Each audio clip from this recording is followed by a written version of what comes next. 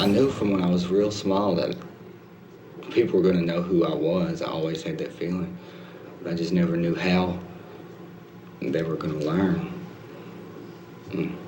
I kind of enjoy it because now, even after I die, people are going to remember me forever. They're going to talk about me for years. People in West Memphis will tell their kids stories. It'll be like, sort of like I'm the West Memphis boogeyman. Little kids will be looking under their bed before they go to bed. Damien might be under there. If I had the opportunity to speak to Damien Echols, I would tell him that I hope he busts hell wide open. Period. And that if I could get my hands on him, I would eat the skin off of his face.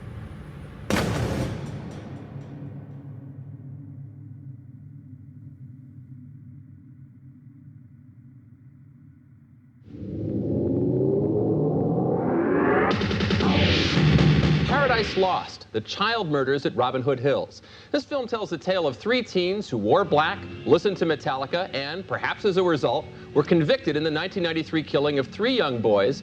2 filmmakers with incredible access spent almost a year in West Memphis documenting the trial and the town. Everybody in the town and in the courtroom and on the jury are all blinded by their fantasies about satanic cults. The criminal confessions are too many manipulated by the police. I'm going to be wondering if the true killers were actually captured. The reason I had made the West Memphis Boogeyman comment during the first film was because I was making light of the situation. I was joking.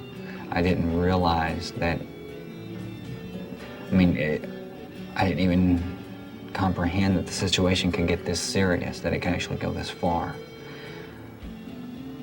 Because I was thinking, if you haven't done anything, then they can't prove that you did something you haven't actually done. That didn't make sense to me. Now I see they can. You know, I wasn't even thinking about it whenever I said it, a spur-of-the-moment thing. But a lot of people, it seems, didn't take it that way. You're not gonna be no boogeyman in West Memphis, because you're gonna be dead in hell. You're watching KATV Channel 7, the Spirit of Arkansas. Today marks the 5-year anniversary of a West Memphis murder case that gained national attention. The bodies of 3 second graders, Stephen Branch, Christopher Byers, and Michael Moore, were found mutilated in a ditch. Now, one of the 3 men convicted for the murders, Damien Echols, has prompted a hearing to try to get his conviction thrown out. Norris. That hearing started today in Jonesboro, where the trial also took place. Damien Echols is trying to avoid being executed by lethal injection. He's claiming he didn't get a fair trial because of misrepresentation by his attorneys. 4 years ago, an Arkansas jury found him guilty of murdering 3 second graders in a horrific, ritualistic sacrifice. As our senior correspondent Tim Sullivan reports, he wants a new trial and a chance to live. After a month of investigation, police arrested Echols and 2 of his teenage friends, Jessie Misskelley and Jason Baldwin. Police theorized the murders had been part of a satanic ritual. In addition to local media, the case attracted a documentary team that produced a film called Paradise Lost for HBO. As a result of the film, a nationwide support group has sprung up to help the young men they call the West Memphis Three.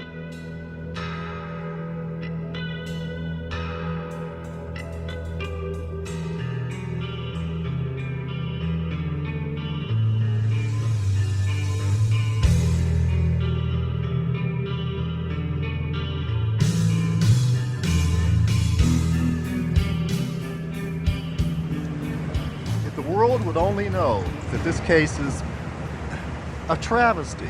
It is a non-case. It is a case where someone is in prison right now because of prejudice.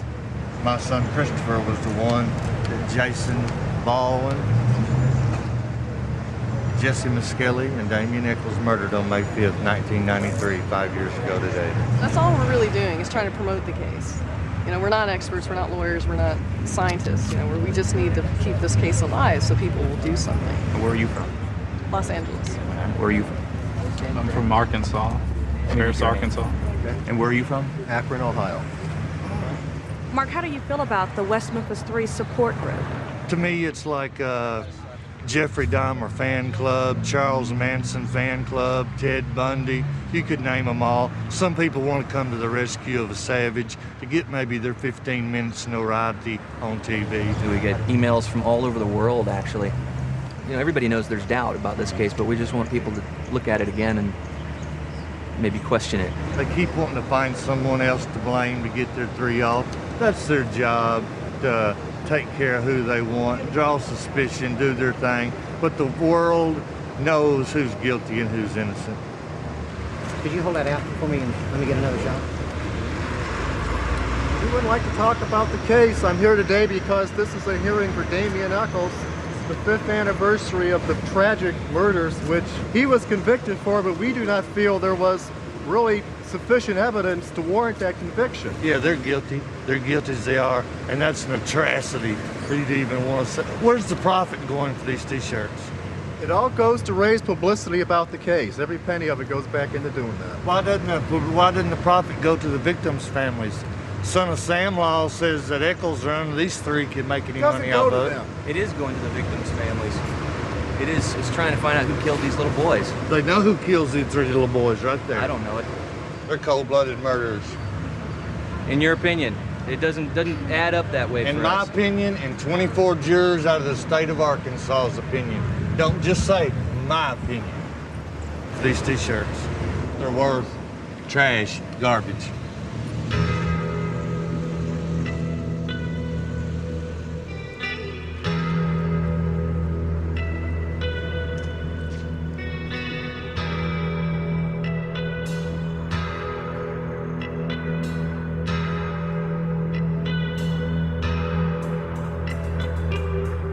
I've been locked up 6 years for something that I didn't do.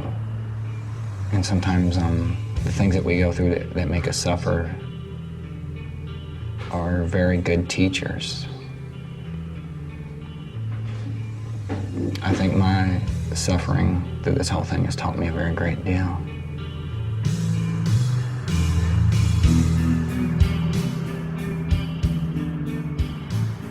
I have anger sometimes, but there's no one to direct it towards, you know, so I just really try to stay focused on just going home, letting everybody know that I am innocent, I didn't do this. I don't really understand how they convicted me or got me in here, or really how they just arrested me in the first place, you know. But it happened, and so I just can't really dwell on what's happening. I just gotta work with what's going on now.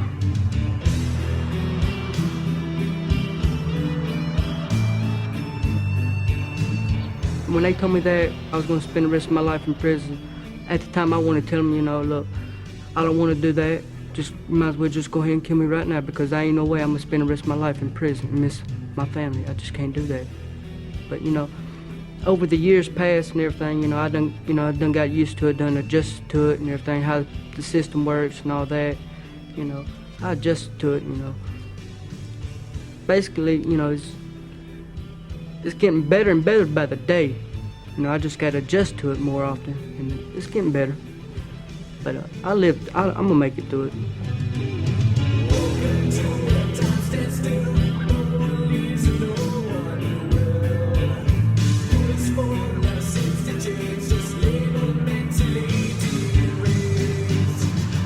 My name's Chris Worthington, and I'm from Akron, Ohio.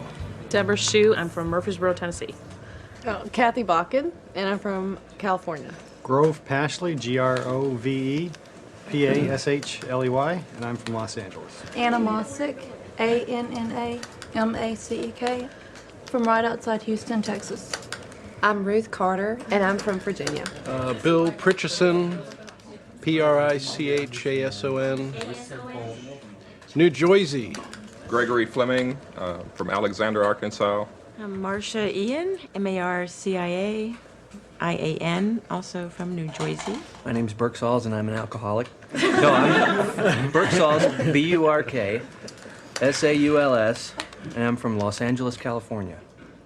I'd like it if you could all tell me why some of you have come from so far. Some, I think, have driven as far as from California, taken vacation time, spent money and so forth, to come to this fairly obscure in many ways hearing. I think I saw Paradise Lost the night it premiered on HBO in August of '96.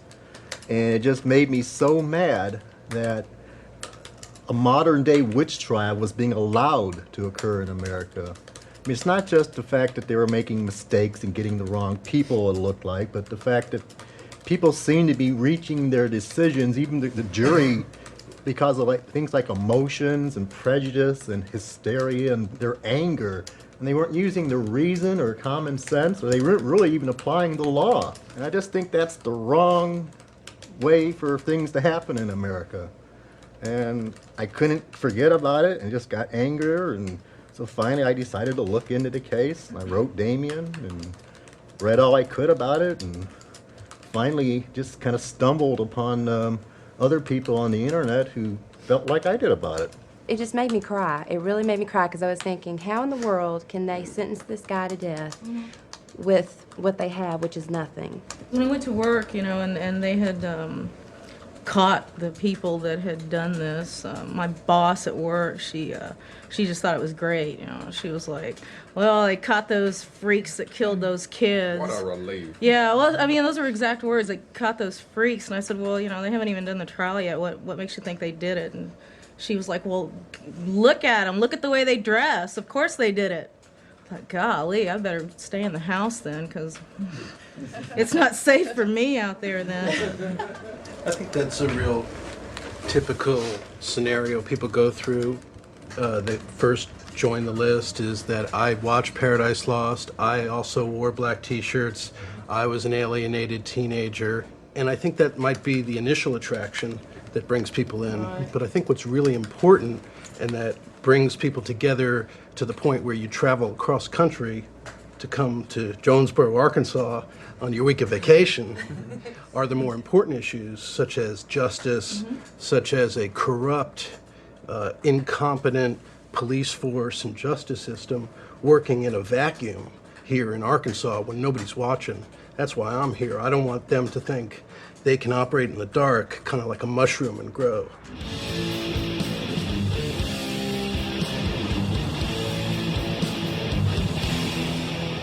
No one enjoys sentencing somebody to death. Nobody enjoys having to go through the trial. That's why they call it a trial, I guess, because it is heart-jerking and difficult to deal with. When you read those words imposing the death sentence, I don't know if it was visible, but there was a catch in my throat. I could feel it, and certainly that you have those feelings. It's hard. All right, gentlemen, if you'd have your client stand, please.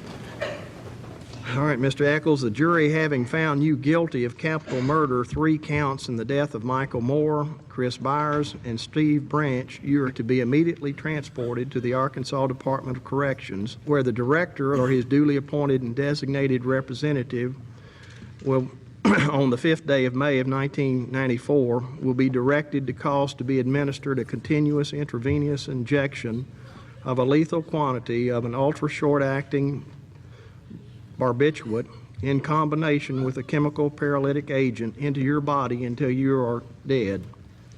There's never been a moment that I've ever doubted that we did not arrest the right individuals. Never in my mind. There's never been a doubt. I can go to bed at night and sleep knowing that I did my job and did it well. If there was a doubt in my mind, I would still be on the police department. I'd still be working the case.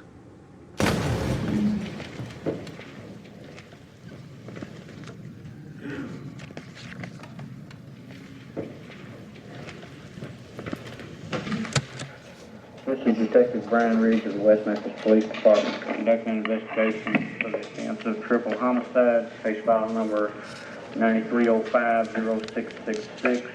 Currently in the office with Jessie Misskelley Jr. What occurred while you were there? When I was there, I saw Damien hit this one boy real bad. And he started screwing him and stuff.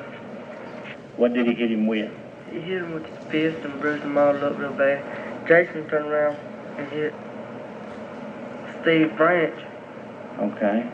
And started doing the same thing. Then the other one took off. Michael Moore took off running. So I chased him and grabbed him and held him till they got there, and then I left.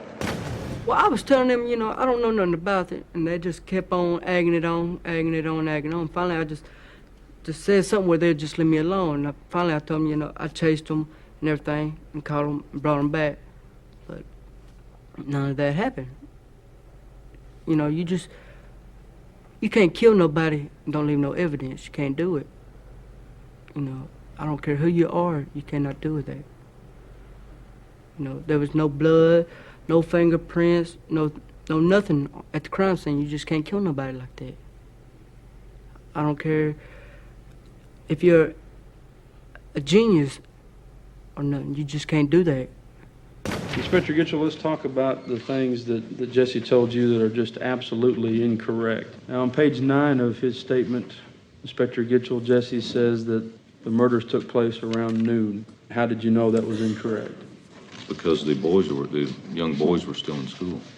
Did at any time when he was telling you these things that you knew were incorrect, did it ever occur to you that what he was telling you was false? His entire story was false? Jessie simply got confused. This is a classic example of how police can produce a false confession.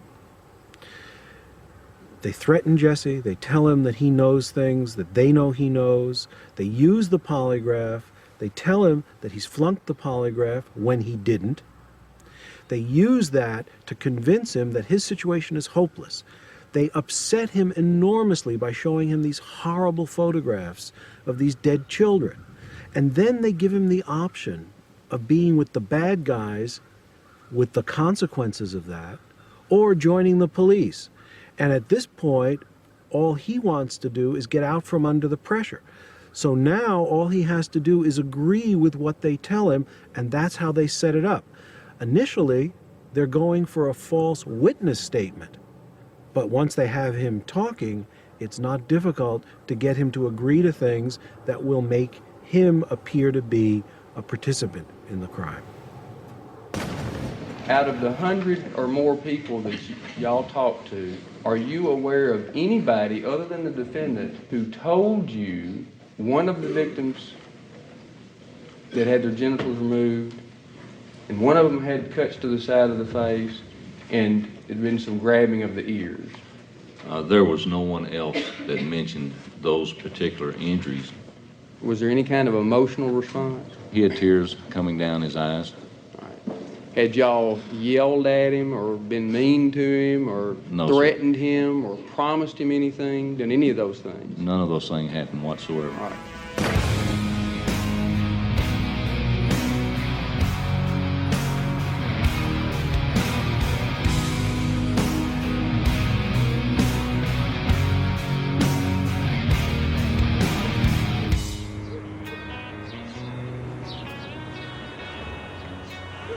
Well, I was down at prison a couple weeks ago and seen Jessie. And he tells me that you come down about every Sunday. Yeah. I try to boost his morale up. Just hang in there for me. We're doing everything we can. Sometimes it seems that things are kind of progressing at a snail's pace, but that's unfortunately the wheels of justice. There is no justice. Well, I got to tell you that I had to ask myself whether I still wanted to be a lawyer, but it just lit a bigger fire under me and made me want to get up and fight that much more. So. Well, they didn't let you present your case up there in court. I noticed that. But we got to have hope. Without hope, we don't have a chance. I've made a promise to that kid of yours that I'd never give up the fight, and I don't intend to do that. Maybe the quickest way to get Jessie out of that prison is to catch a killer. Yeah, well, I think everybody knows who done it, but ain't nobody saying anything. If you wouldn't mind, can you three, tell us what the genesis of the list and the website and everything, how you came to create it? I saw the movie I got an advanced screener because I work for an advertising agency, and we worked on the key art, which is like the movie poster art. So I saw it about 3 or 4 months before it actually aired. We saw the film together, Kathy and I, and we immediately saw it and thought, oh gosh, Burke would probably like this. Actually not like it, but so we handed it over to Burke, and then Burke took a copy of it and watched it, and I think about 4 days later, not only Burke had seen the film, he'd already found a book in a used bookstore on the case, and he called us up and says, these guys are innocent. I got on this crusade to find every scrap of information I could, and we got all the documents we could get our hands on, and it became a obsessive type of, like a collector's type thing, when we were each, we'd get another tiny scrap of information, we'd add it to the archive on the web. And we decided to make it public, too. We wanted it not just be in our own little filing cabinets, but we said, let's give this to everybody. After a while, it became apparent that no one had actually looked at evidence and put together a scenario that made sense. And so we started doing more research about, investigation and homicide and forensics, and we came across a website that actually gave forensic and investigative classes, like criminal profiling and homicide investigation, that kind of thing. So I thought it would help me in understanding the case more if I took these classes. So I just started taking the classes, and in doing so, I read all the articles that Brent Turvey had written. He's the guy that gives the classes through Knowledge Solutions, and I liked his philosophy. It made sense. It was about evidence. It's criminal profiling as it relates to evidence. And I thought, maybe this is what we need, someone who could take this evidence and tell us what happened, because that's all we want to know. Guilty or innocent, I just want to know. So I called him up and I started explaining the case, and he just said, stop, get the lawyers, tell them to call me. And so I did, and then the rest is history.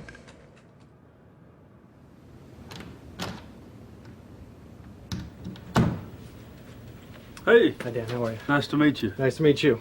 This is my wife and business partner, Barbara. Nice to meet you, She's gonna Barbara. be taking my notes today for me. Great. So our hands can be free. Thanks a lot. I thought I would have put you over there by the easel so you could use that.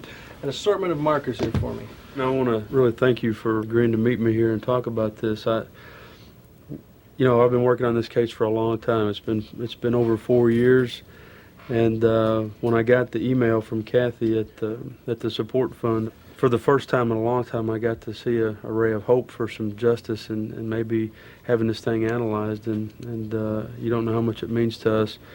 We didn't have a budget to work with. We didn't have access to this kind of information. We tried to get it, but we just couldn't. We couldn't accomplish it. And it's really good to be able to look at this stuff now and analyze it, even if it is 4 years later. Do you want to go right and look at Sure. the? Okay, I brought the crime scene photos. In every other case that I've worked on, the crime scene photos are always they're like endangered species. You never see them.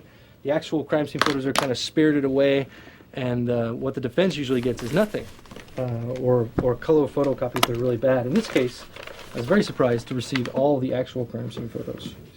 One of the cornerstones of the prosecution's case was that this was a ritualistic, satanic, cult homicide. Do you say anything here from the crime scene characteristics which would be indicative of Satanism or ritualistic homicide by a cult or anything of that nature? Most certainly not. There's a definite lack of ritual element to this crime. It's very unfocused in terms of the nature of the injuries. It's very much a reactionary type of behavior, not ritual. And these behaviors that we see in this crime take time. So it would not be plausible for a serial killer or a satanic cult group to grab these victims because of the fact that they are going to be missed almost immediately from the moment that they're abducted. And whoever dumped the bodies here knew that this place was here. He knows the area. This is not some place that you can just find being a trucker off the highway. You got to know it's here. You got to be able to walk in, dump the bodies, and walk out. You got to know that this is available. It's very clear to me from the evidence that, and we can get into that later, that the offender did know the victims.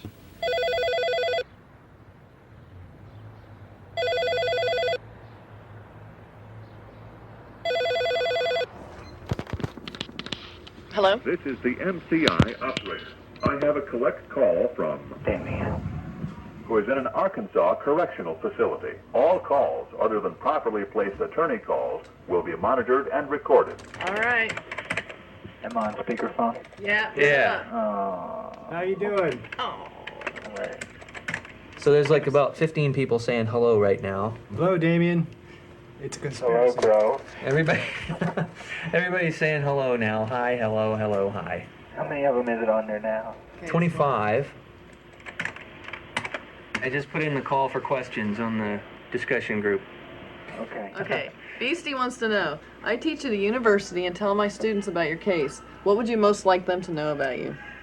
That I am neither a freak nor a monster. That I was basically a victim of circumstance. That anyone could have end up in the same situation that I am in. Do you ever does the reality of being executed ever bother you? Like, do you ever think that's going to happen? I guess, yeah, it bothers me sometimes. It doesn't bother me in the area of like being afraid to die. What bothers me is leaving so much left undone. And that us three being behind bars or even sentenced to death or being in prison for the rest of our lives, that is not going to in any way bring about justice because we didn't kill those children.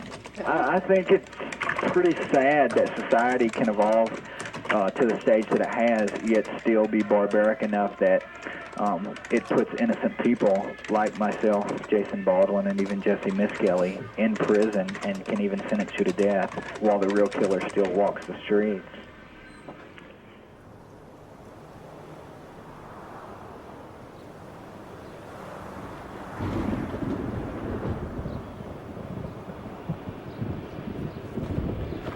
You know, here's where I live today, number 11.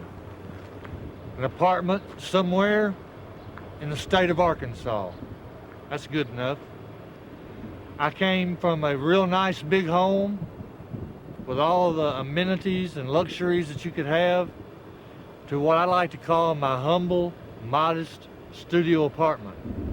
A giant 300 square feet. A bedroom, a living room, a kitchen, and a bathroom. But there's benefits to it.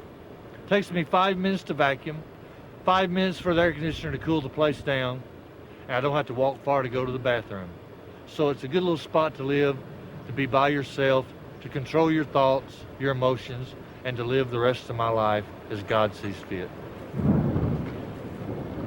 As I look at all these dark clouds roaming in on me today, it can very easily remind me of May 5th, 1993. This half was a bright, sunshiny day. This half became gloom and doom.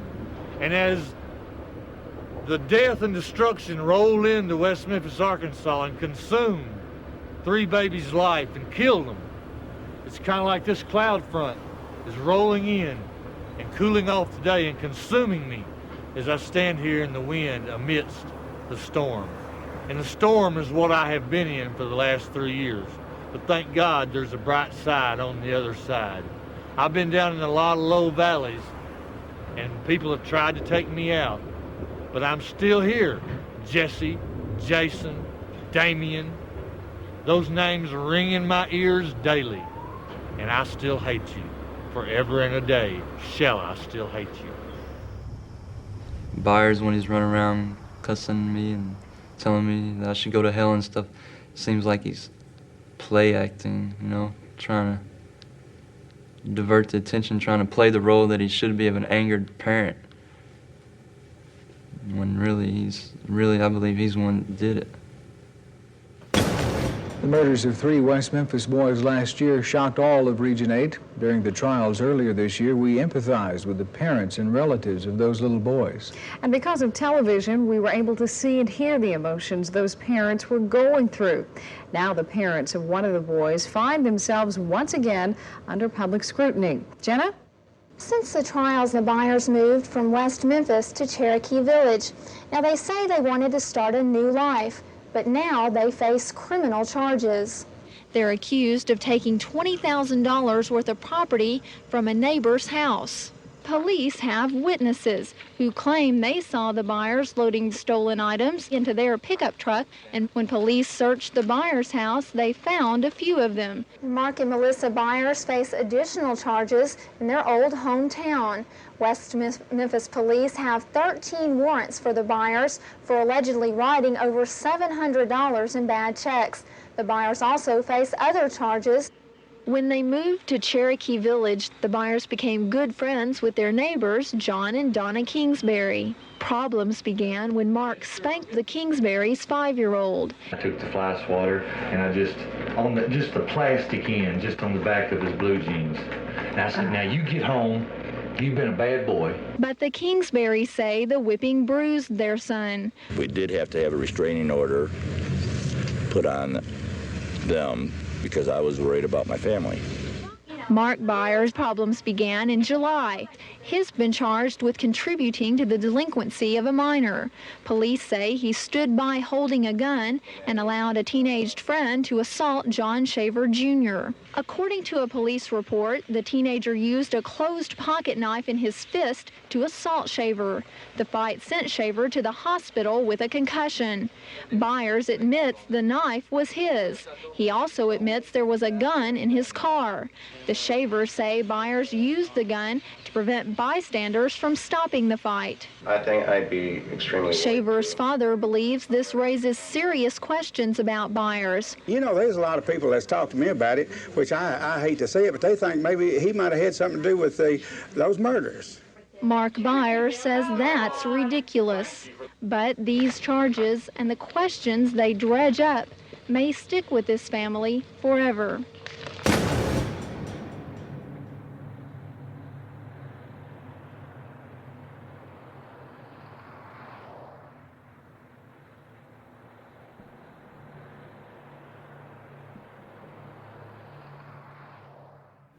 People are placing a lot of emphasis on Mark and could he have been a suspect? And there again, it's the same question that was asked to me, did we pick Damien up because he looked weird? Well, are we accusing Mark Byers because he has a ponytail and looks a little weird and he's a big kind of guy and is kind of boisterous? I mean, is that why he's labeled as having something to do with it? No. You have to look at the facts, and the facts are the 3 that we arrested and that have been convicted are the ones that did this. Mark Byers didn't have anything to do with this crime at all.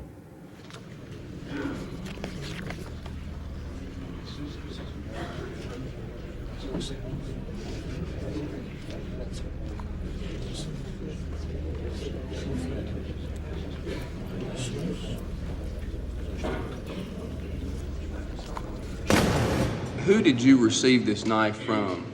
I received it from, how did I actually receive it? Who did you receive the knife from? I received it from Joe and the people with HBO Productions.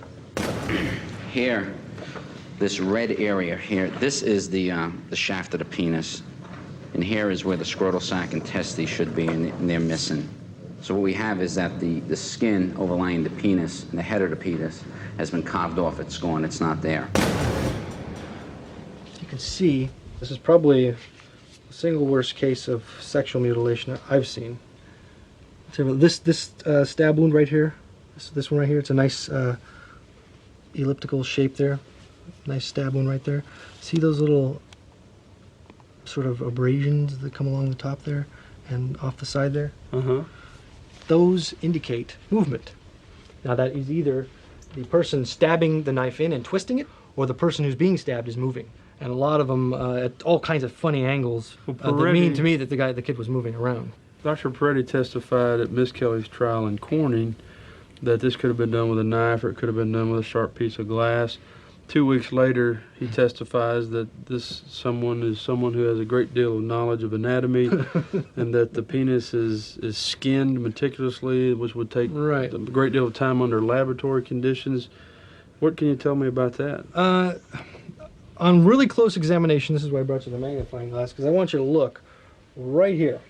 You can see the impression of the handle of the knife as it is being plunged See that little squareness right there? Mm-hmm. And so whoever did this went like this and grabbed it and just went like that. And that's how they cut it out. No precision, no accuracy, no skill required to do that. And it, actually, to me, it's consistent with what is a fishing knife that's got the blade on one side and the serrated top on the other. Because of the movement involved and because of the depth, that right there is something that only somebody who's like really angry is going to do. This is not an act of deliberation or an act of that's well thought out or well Is it planned. an act of sexual gratification? I don't believe so. I believe it's an act of anger. Mr. Byers, I need to ask you about Defense Exhibit number E6, this particular folding lock blade Kershaw knife. If I could approach the witness, Your Honor. Yes. On January the 26th, did Gitchell tell you, let me explain a problem we had, and you need to answer this for me, we have found blood on this knife? I don't remember if he said there was or not. Did you have any idea how human blood was on that knife? Well, yes, I would have an idea. I cut my thumb. All right. You recall stating, I have no idea how it could have any human blood on it. Do you recall giving that answer? Yes, sir. Then do you recall stating, I don't even remember nicking myself with it, cutting the deer meat or anything? Is that the answer you gave? Yes, sir. And is that the truth? I might not have remembered it at that time when he was questioning me, but I could have remembered it later on in the day and talked to him about it. Okay.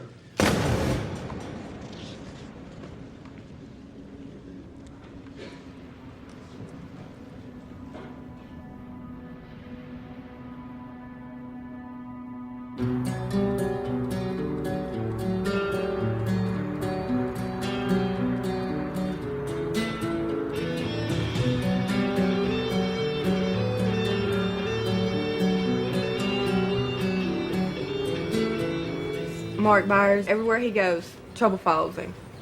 Well, didn't him and his wife break in these houses, get these statues and all this stuff? Yeah, and then they just got slapped on the wrist. And he can get into as much trouble as he wants to get into, and they just never do anything to him. And he's apparently not that great of a person, because from hearing people talk about places that he wants to live or houses that he wants to get, the neighborhood freaks out and they don't want him living there. I tell you what really worries me about Mark Byers is he's got a thing for knives, like the knife he gave to HBO. And then later on, he gives a teenage boy a knife. If you had a child that was brutally murdered by a knife, you wouldn't be giving another kid a knife to fight another kid and then hold a gun on them and make them do it. I mean... Well, I wouldn't go far enough to say that Mark Byers murdered these little boys, but I think he had something to do with it. And I just can't figure out what. And I think there's a lot of people that probably do know. I had 3 or 4 people come to my house to look me up to tell me that they believed that my son was innocent and that they personally knew Mark Byers and that they believed that he was capable of doing a crime like that. And they said they had been to the police, but the police wouldn't listen. And I feel really bad about what happened to Melissa Byers, because it concerns me that maybe she found out something that she shouldn't have. And I'd like to know what really happened to her.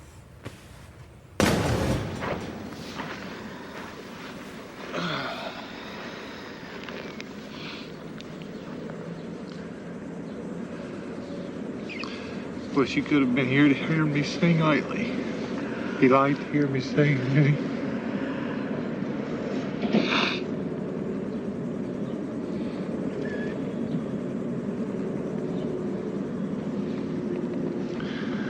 I think his little Christmas tree will stay there real well. It's in there tight enough. I don't think the wind will blow it over or anything. Come here and kneel down here by me.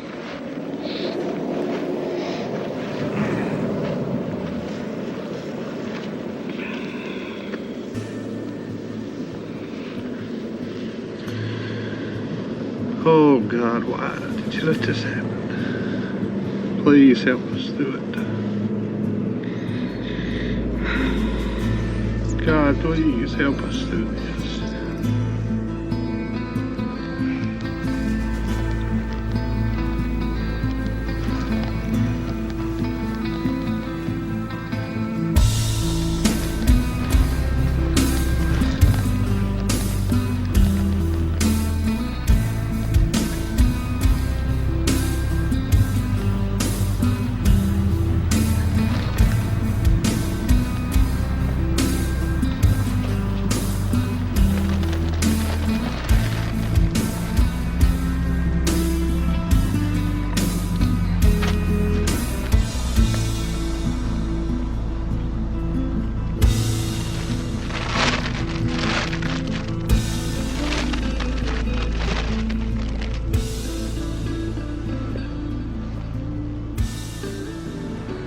These are for you, Melissa.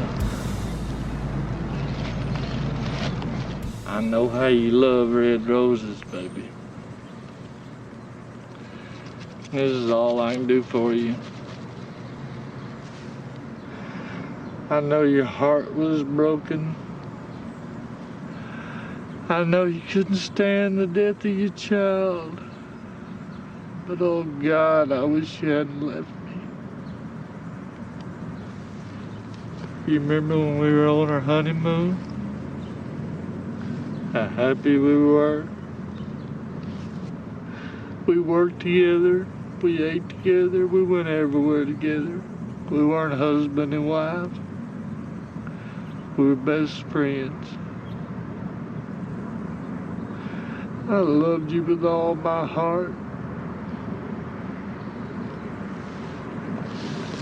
You remember when we opened our jewelry store? We had finally accomplished something. Had 2 sons doing good, nice house, nice business, 2 dogs and a cat. Just an average family. Trying to live our life the best we could. I can never put into words how much I loved you. You were everything to me. You were my life. I lived to see you smile. Those animals killed you. They're evil animals, and they killed you, and I blame them for your death.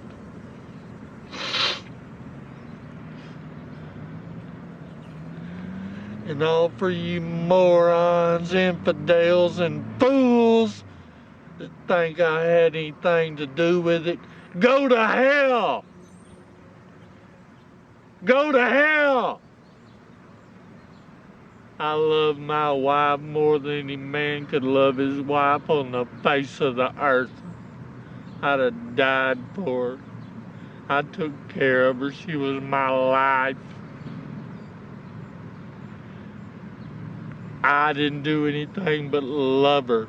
And for all you sick son of a bitches out there that think I had anything to do with her life, go to hell! Go to hell. Think what you might, but you can kiss my ass.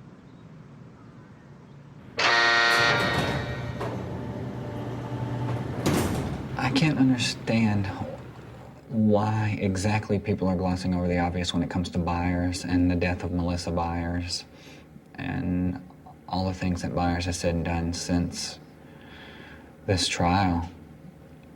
I think maybe for the general public, it's not quite as scary to believe that bloodthirsty Satanists were out murdering children as it is to believe that parents are actually murdering their own children.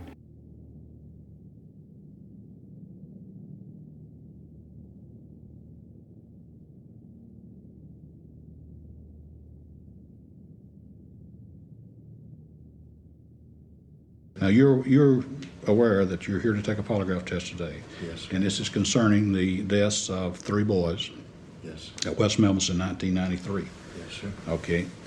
You're also aware that an audio and video record is being made of this procedure. Correct, sir. And you got any problem with that? No, sir. If you do, I want to know about it now because I don't want anything bothering you. I don't have any problem. Okay, that sounds good to me. Mark, what we're going to do today, we're going to talk about what happened in West Memphis. We're going to talk about you, where you come from, who you are. Okay, sir.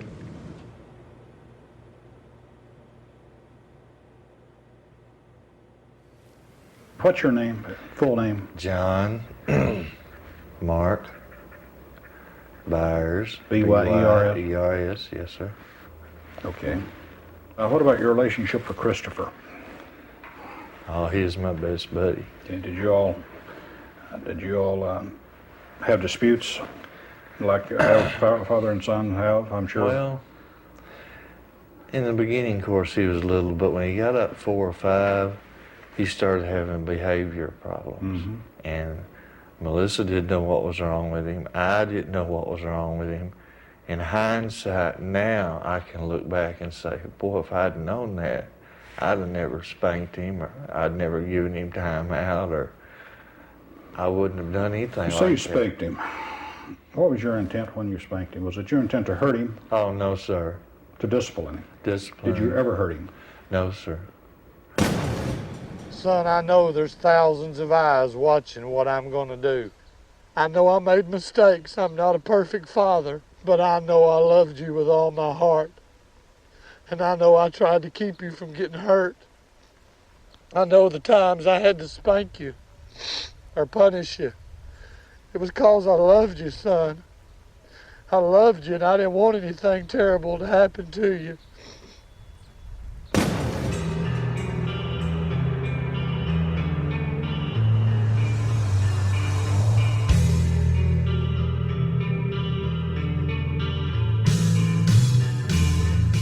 With your knowledge of the amount of blood that was lost from not only Chris Byers, but these other boys who've had some they're gonna bleed as well, won't they? Oh, yes. Okay. Do you have an opinion as to whether or not you could clean up that amount of blood at a scene in the dark? Do you have an opinion as to that? I think it would be quite difficult to do, to have injuries of this nature without having any blood. I mean, I would question that about the blood.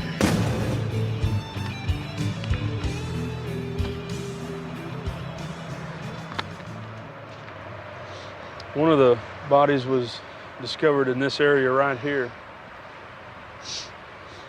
There's a place up there on the hill where those two trees grow together right there. That was one of the other reference points on the crime scene diagram. The prosecution, their theory was that the murders occurred here in the creek bank, and that actually the homicides took place here on this little kind of plateau area, and that the defendants threw water up on the bank and washed all the blood away. The water was about this high. And the water, and the theory being that the water would hit the bodies and wash the blood back into the river? And wash away the evidence. Okay. I'm not sure exactly how that would work, or why they would think it would work. Unless they had someone throwing water at the same time the castration. You could use a garden hose on the bodies, and you wouldn't get all the blood away. I mean, that's like, there would have been so much blood. The amount of blood at this crime scene, if this had been the place where Chris Byers alone was emasculated, there would have been so much more blood than that. And plus, they wouldn't have been able to see it. There would have been an incomplete job. So this is only a disposal site. 2 of the kids did die here because they were put in the water and they drowned. But this is a disposal site only, not a primary crime scene.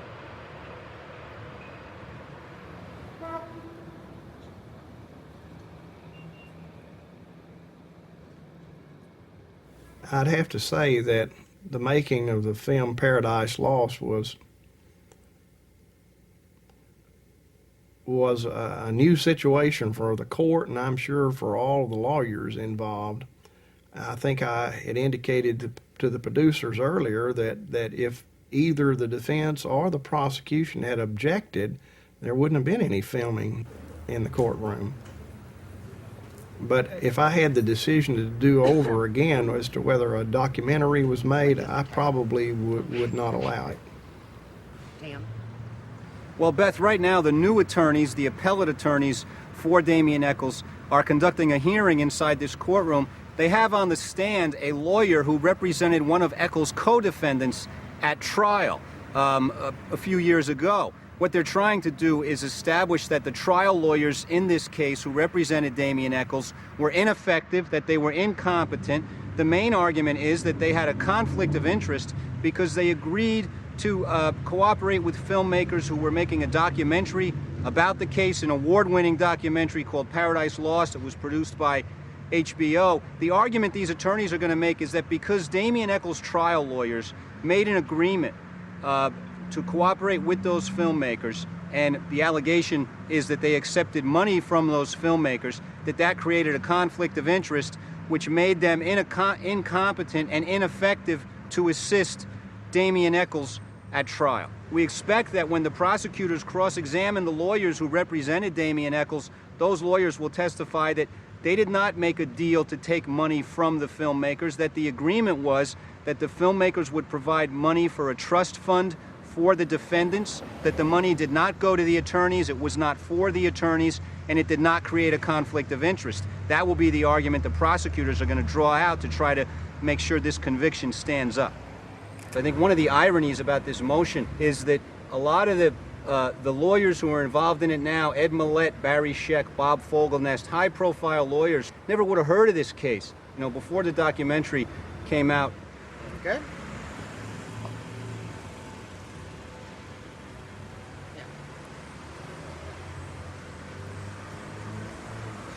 Okay.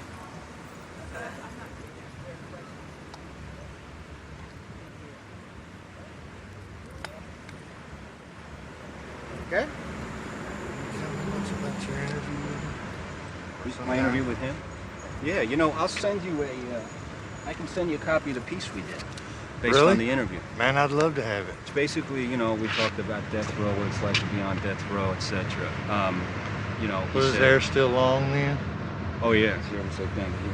Yeah, that's what it looked like when he was here last. I guess they wanted to clean him up and make him look presentable. He said that wearing a white shirt, yeah, he said wearing a white shirt really gave him a headache, so I know it's just killing him sitting in there in the courtroom. He said white was on the good, you know, the good side. He liked to stay on the dark side. He didn't say that to me.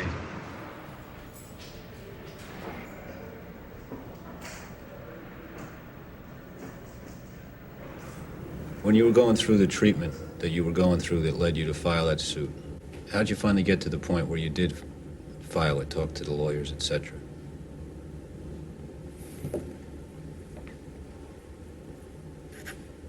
I don't really even know. I mean, it's...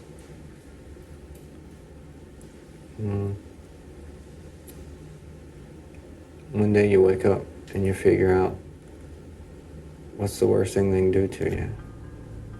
Kill you? I mean, I'm sitting here on death row anyway. What else are they going to do to me? You don't have anything to lose when you're in a situation like that.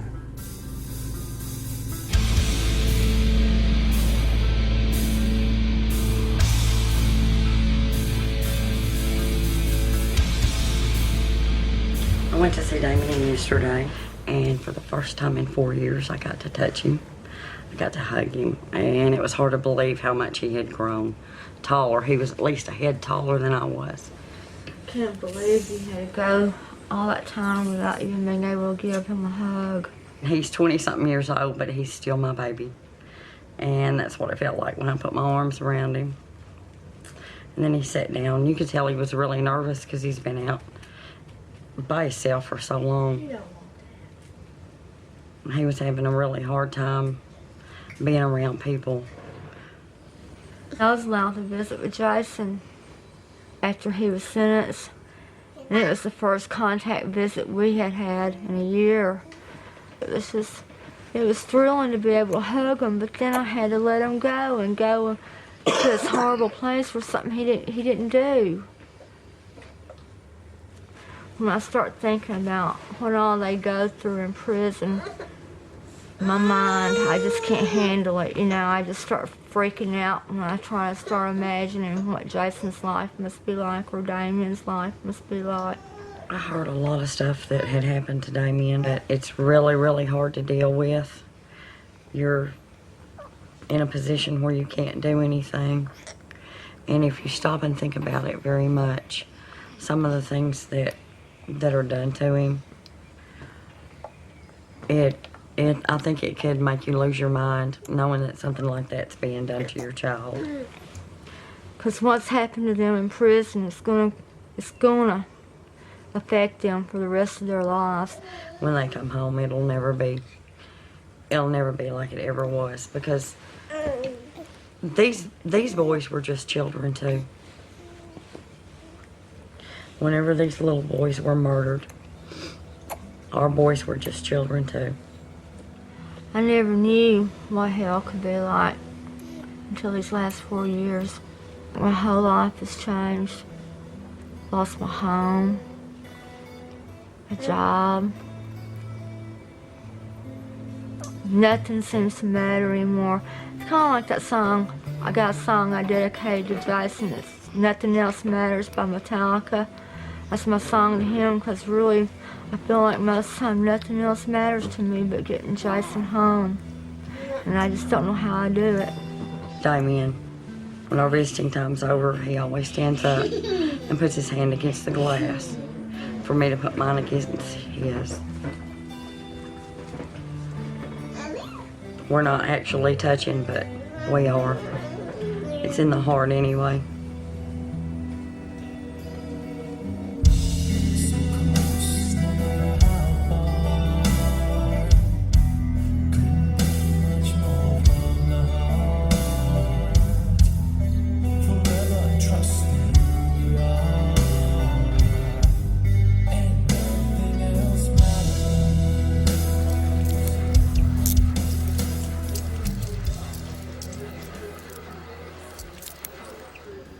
If you could speak to the families of these kids who think you did it, what would you say to them?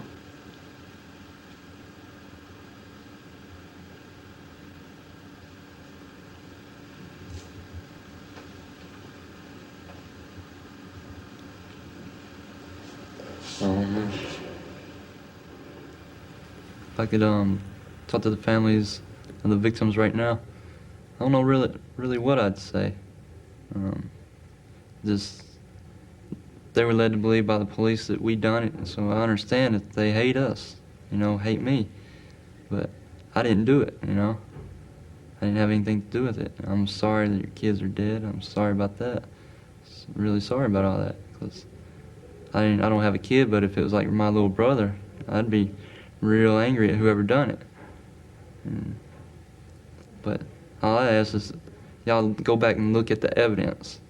Just stop and think, and don't let your emotions about it all get to your head, and just stop and think and look back at the evidence and look where the evidence does point, and ask yourself, now who do you think really done it? Because it's a great tragedy that your kids was killed, but it's also another great tragedy that American citizens, anybody, today's public, can just be picked up for a crime they didn't commit and be convicted of it without no evidence. That's another tragedy.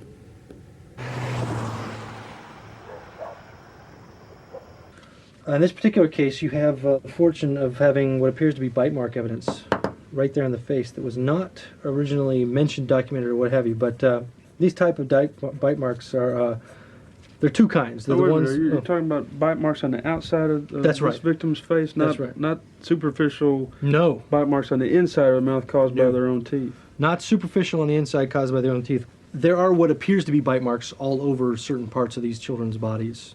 Well, did he miss that, or did he? I don't remember. It's not in seeing the it autopsy report.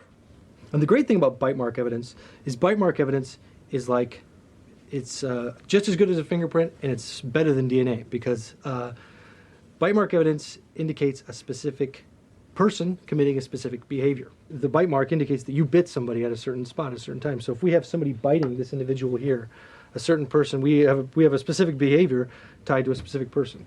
So that's the best kind of evidence, as far as I'm concerned, for this type of crime. Whenever you have teeth mark, it's typically, if you were to show this to a emergency room pathologist who'd seen a lot of these, he would arrest the mom, because it's more typically resembling the type that's involved in cases of child abuse. We have a mother of a victim who is no longer alive. Right. Melissa Byers has been dead since March of '96. I don't see any reason why her autopsy should still be being sealed. They claim they're still conducting a criminal investigation, but how long does it take to?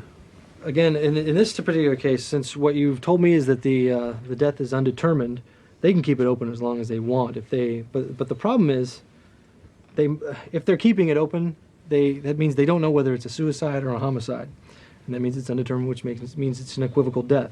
But it's important to this case, and the reason I originally asked you for the materials is because I'd like to know if there's a connection. I'd like to see her wounds. I'd like to see if there's any wounds on her. I'd like to see if there's a connection between this case and that case. And The reality is, I would like also, if you get a forensic odontologist in here at any point in time, they can yank her teeth and see if they match any of the bite mark impressions. Because we need to at least, if there's nothing wrong, if there's no connection, we need to establish that there's no connection to these deaths. I've wondered, why it's been almost 2 years and I have called everybody they've told me to call about getting a death certificate or an autopsy report on my wife, and they won't release it. Newspaper people have called, they won't release it. They want to say it's still pending. What's still pending? If they can't say cause of death wasn't anything but a heart attack, all they have said was a prescription medication that she was taking was found in her bloodstream and a foreign drug. They never would release what the foreign drug was. I don't know. I don't know what caused her to die. They won't tell me. And I think that just gives people suspicion. The police up there, they didn't care about us. They didn't care about her dying, and they still throwing gas on the fire, because if there ain't nothing to hide, why won't they give me the paperwork that I'm entitled to? Is that or bring charges against And you, if they one or the other? ain't got no charges to bring against me because I didn't do nothing. I know that. I ain't got a doubt in my mind on that, but that's like you said, that's not the point. 2 years, and they won't release it. They're just holding it open so people can sit out here and draw their own conclusions and tell it like they want it to go. Because people would rather talk any day of the week about somebody else than to sit and talk about their own problem. I mean, what do you think it makes me feel like when I hear people say, oh, I believe you killed Christopher. I believe you had something to do with killing Melissa. I can't tell you how it hurts. Man, it tears me apart. And going to a grocery store, go anywhere, I'm subject to walking into a fool and say that. Y'all been with me when people walk up and say, don't I know you? Yeah. Wasn't you the baby killer on TV? Yeah. Well, I've been in 2 fights myself over it. What was it? Because, in a bar one night there in Martin Creek, dude come up and said, yeah, sorry, Mark Byers. Hell, them boys didn't kill his kid. He was in on that. He was probably the ringleader on it. Excuse my French, but I stomped his ass right there on the spot. Well, I've had an ignorant woman. She was a school teacher there in West Memphis. Taught Jessie Misskelley in his GED, his alternative school. Yeah. And this woman showed the movie Paradise Lost and talked about how that I was basically guilty for it and that the police and everything framed them three and there wasn't no cult. And Jessie Misskelley was a good, loving boy and just such a kind person. Those 3 animals took my baby from me and they took my wife from me. And I self-destructed. And, buddy, I'm telling you about I got downright mean.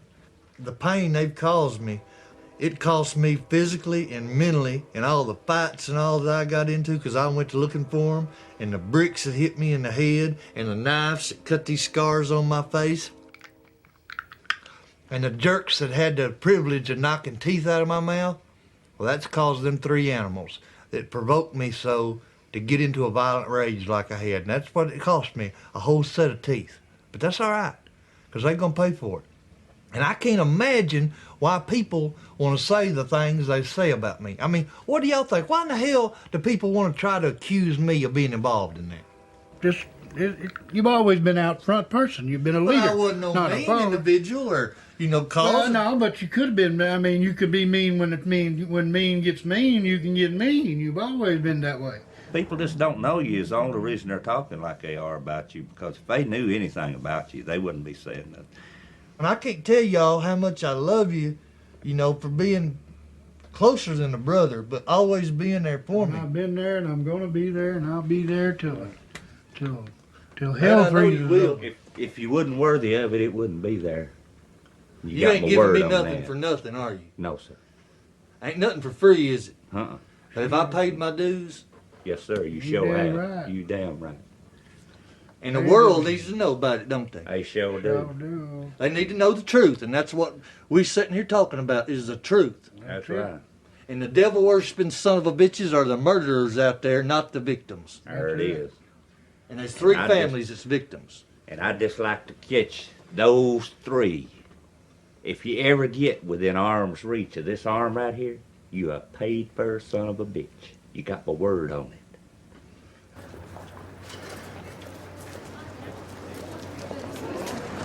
Damien, how much hope do you have of a favorable ruling?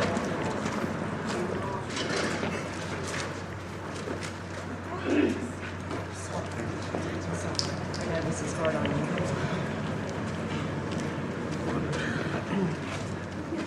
Why is it so important for you to be here, for your son to see you in the courtroom? There's no reason for them to be here. They were falsely accused. The West Memphis Police Department did a botched job just to get these boys arrested. Somebody had to be arrested. It's ridiculous. Do you feel like the HBO film affected this case? I think it helped a lot. You think it helped? Yes, I do. It helped your son? Yes, I think so. Why is that? I just think that it shows enough on both sides to where you can kind of see a personal side of Damien. Do you feel like that his attorneys, that his former attorney did not do an adequate job? Well, from what I'm seeing, it looks like he didn't. What is the personal side of Damien? You know him better than anyone. He's very much like myself. He usually keeps to himself and he doesn't really ever bother anyone. We're both very private. So what do you hope happens when this wraps up? I hope everyone can see this for the joke that it really is. Thank you.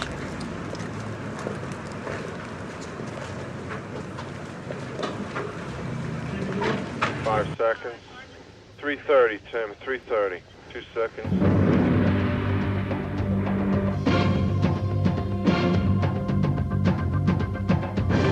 Daniel Stidham.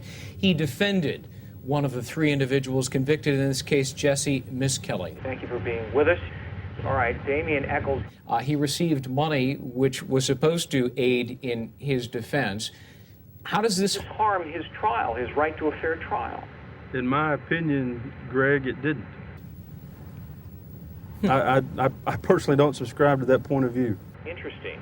Let me turn now to Ray Brown. He was a veteran criminal defense attorney and our colleague here at Court TV. Is there a conflict of interest here? Mr. Stidham, who was involved in it? He himself doesn't think so. Let's get to the real question, Greg, which is that because this country is in many areas so strongly in favor of death penalty, that we underfund the defense. I think Mr. Stidham can tell you that he earned something like $19 an hour for his representation of his client. The lawyers for Echols got a little bit more. But nowhere near the money needed, and a $1,000 limit on money for experts in a case that is fairly saturated with scientific proof. So this is the kind of case in which we have to look at the question of whether the defendants were given a war chest, because it's really the argument of the defense here that, in fact, the lawyers for Echols were forced to make some kind of an agreement that involved letting their clients' conversations be overheard because they didn't have the resources to fight the case. Not something to be lightly tossed away or endangered. Daniel Stidham. If you had had a lot of money, what would you have done with it? Well, we would do some of the things that we're doing right now with regard to the forensic evidence. All right, Dan Stidham, anybody who defends somebody in a capital death penalty case, I take my hat off to you. You're deserving of many thanks for that, regardless of the circumstances, guilt, or innocence. And thank you for being with us. We appreciate it.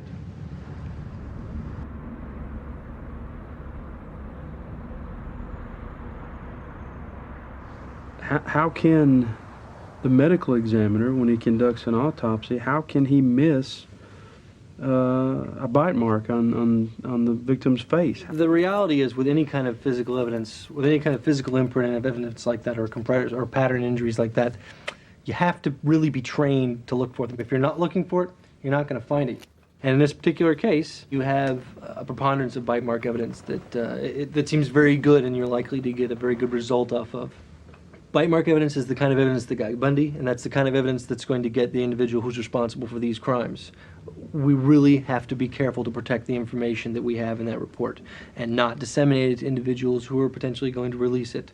Because in my experience, in cases that I've worked on, when there's an offender who finds out there's bite mark evidence that's potentially going to be used against them, even in prison, they're going to be making a visit to the prison dentist, and they're going to have those teeth removed because they do not want that evidence linked back to them. They know that bite mark evidence is just as good as a fingerprint in the court of law. Now, Mark, are you married? No, sir, I'm widowed. My wife passed away March 29th of 96. I'm sorry to hear that. March 29th of 96. Where was this at? In Cherokee Village. Cherokee Village. Natural death? Cause of death undeterminable. What do you You have any feelings about it? I mean, Yes, sir. what are that? If you want to reveal it to me. My wife had given up her will to live after our baby was murdered, and she just didn't want to live anymore, and she got into an addiction, and I think the addiction helped Drugs? kill her. Yes, sir. What type? Delata. Have you had any other problems with the police?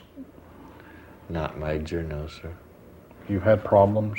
Is that what you're saying? I don't. Oh, well, speeding tickets. I got a DWI one time after my wife was murdered. Nothing really major, no. No robbery, no Oh, stealing? no, no felonies or anything like that. Okay. From what I see, what you're telling me is you are not a hateful, mean person. You're not the kind of person who goes around causing distress to people. You don't steal. You don't go out of your way to harm people. No, sir. Or anything like this. pretty And you much. said there was maybe one time ever that you had hurt someone in a fight or something? Oh, I'm sure. In football games, I hurt Well, people, you know. Yeah, but you know, football's one thing, but did you go out there meaning to hurt somebody? Oh, no, I went out there for the sport of the game, you know. And You know, if you do something, I think that kind of comes with the territory. If you doesn't get it? hurt, it comes with it. Now, if someone intentionally low blocks you or trips you to injure you, that's one thing. Did you ever do that? No, sir. I played tight end. I caught the ball and ran. Did you ever want to hurt somebody? Yes, sir. There's 3 people right now I'd like to hurt. With the exception of those 3 people? No, sir. There were a number of people that looked like good suspects initially, like a phone call would come in and you would start checking on it and it was like, hey, we may have something here. And then you'd find out, well, no, there's no way this person could have done it. So, I mean, it was like I think at the time I referred to it as an emotional roller coaster. You just had ups and downs, and that just wears you out. I know for a period of time, a couple of weeks into the case, maybe 2 to 3 weeks into the case, at that point I was personally feeling like Damien was responsible for this. And I got to the point where I could see him at the doorway of my bedroom. I'm sure a lot of that had to do with just being exhausted physically, mentally, and no sleep. But just really even becoming a little paranoid and terrified myself. I think Gary Gitchell has an overactive imagination. I believe deep in his heart that he knows that we did not commit those murders, but now it's too late for him to come forward and say that, to say he made a mistake at this point in time. I mean, it's just something he can't do now. So I think he's kind of been playing this part for so long that now he probably believes this part he's been playing himself. He's fooled himself into thinking it's true.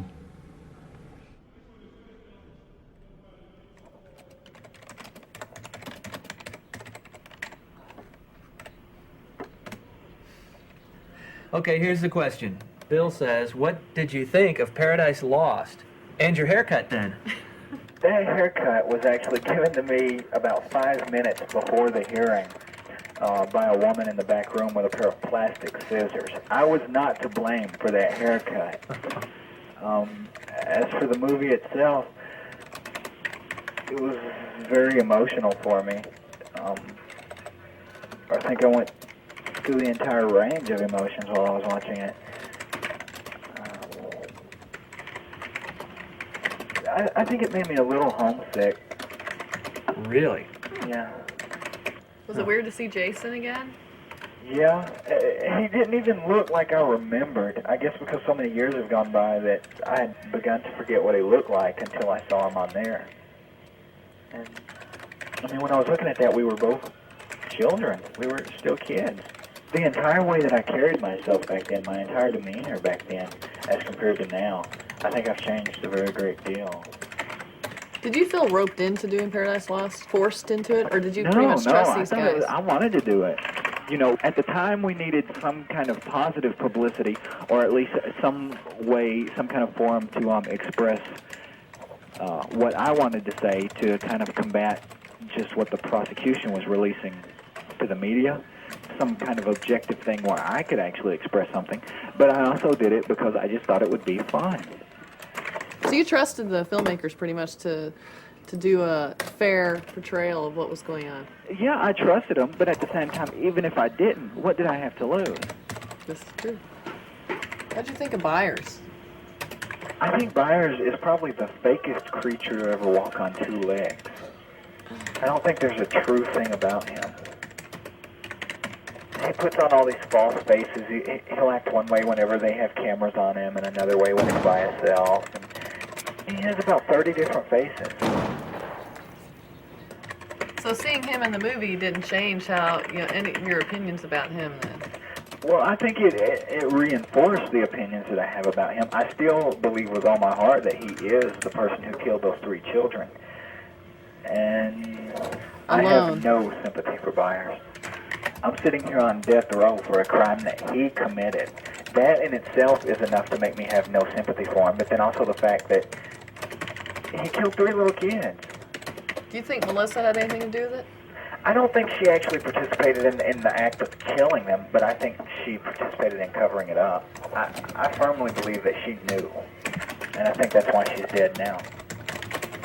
If you could give Byers a message, what would it be? I wouldn't say anything to Mark Byers. Mark Byers is beneath me. He doesn't even deserve my contempt.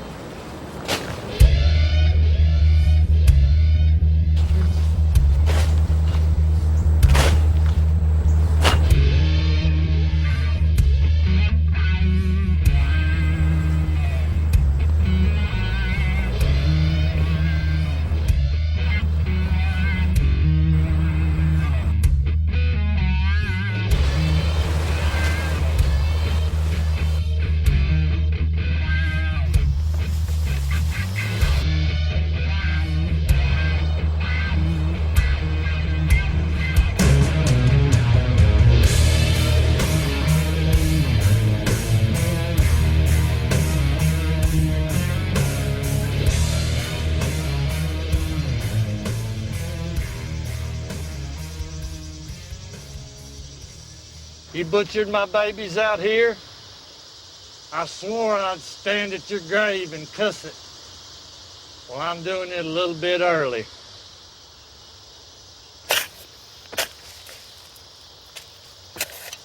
I'm gonna bury you 3 bastards right here and send you to hell.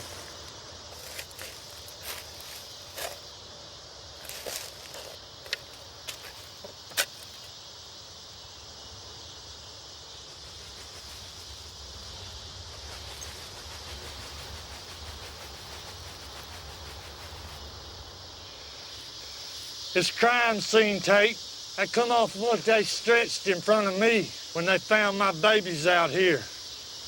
Wouldn't let me by. I thought it was just fitting to bring it back to your memorial fund.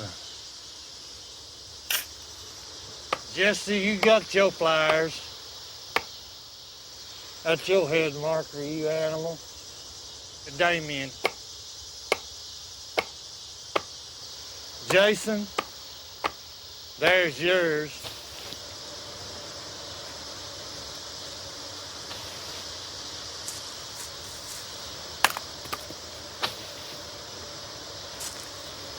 You want to worship the devil? See him. I'm going to give you a farewell party. Now we're going to have some fun. I'm going to try to help send you on your way. You done got all my blessings, which aren't none.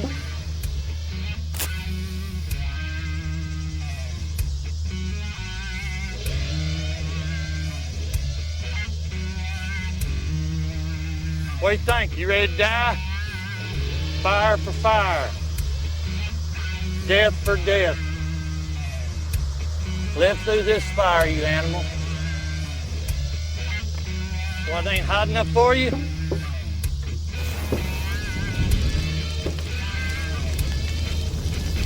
This is the ditch. that you killed the man. Do you remember? You wanted to eat my baby's testicles? Burn, you son of a bitch, burn. Burn, go to hell, burn. Can you remember screaming and hearing them holler? Stomp on your grave. I'll stomp on your grave. I'll stomp on your grave. Burn and go to hell. Burn like you deserve to burn.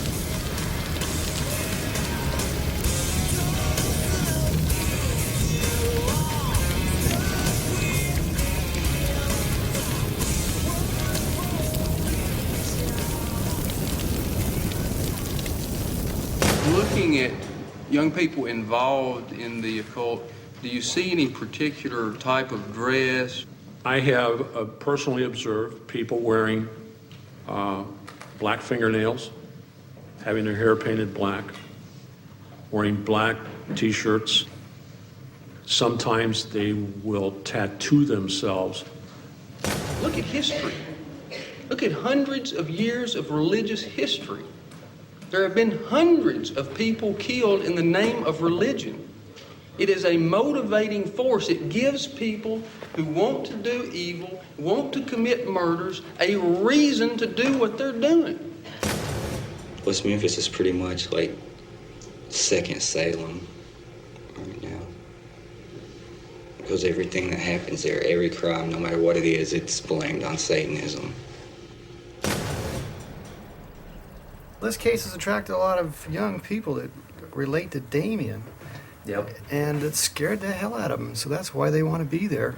And yet, you got to tell them, if they dress in black, man, that's not going to help Damien at all, because it's just going to look like Damien has a cult following.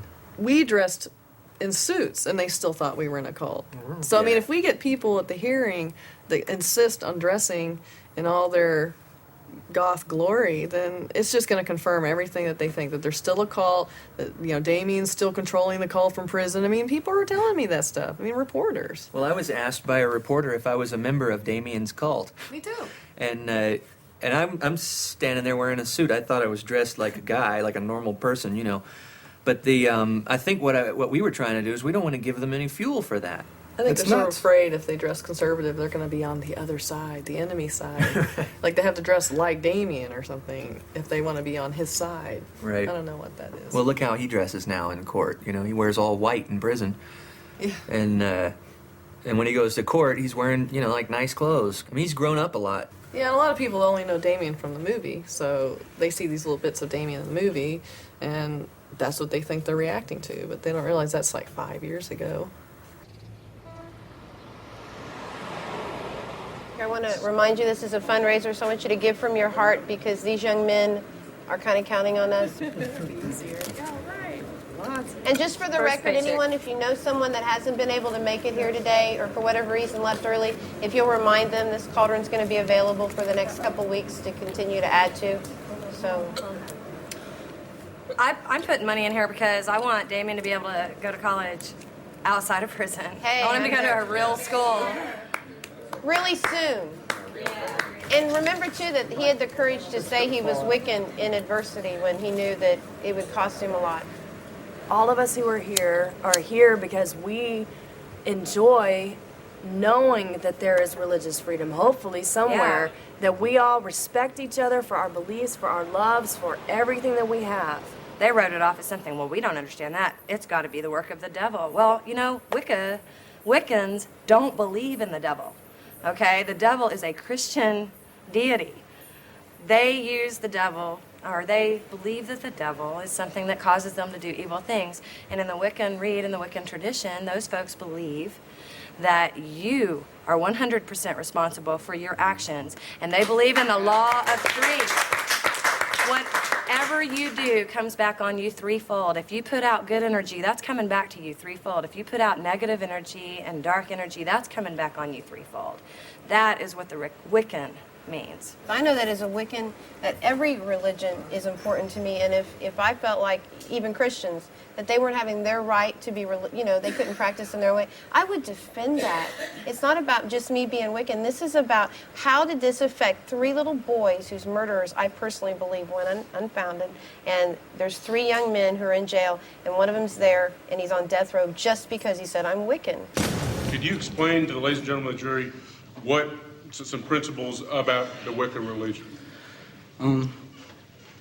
It acknowledges a goddess in a higher regard as a god, because people have always said we're all God's children and men cannot have children. It's basically like a close involvement with nature.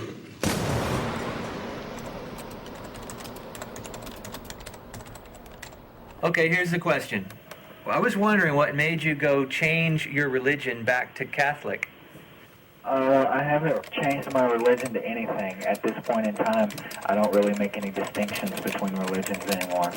And they say that a lot of people in prison find God. Well, I never knew God was lost. And I don't like to put a label over myself anymore. Did you ever? Well, at one time I didn't really mind because I thought maybe there was some sort of distinction between religions, but then I realized that there's not. I think all religions basically teach... Your time limit is about to be exceeded. Your call will be terminated in 30 seconds. I think all religions basically teach the same message. And I think it's the people who create all these dogmas and strict rules and try to enforce this belief that if you don't believe the way they do, that you're going to suffer.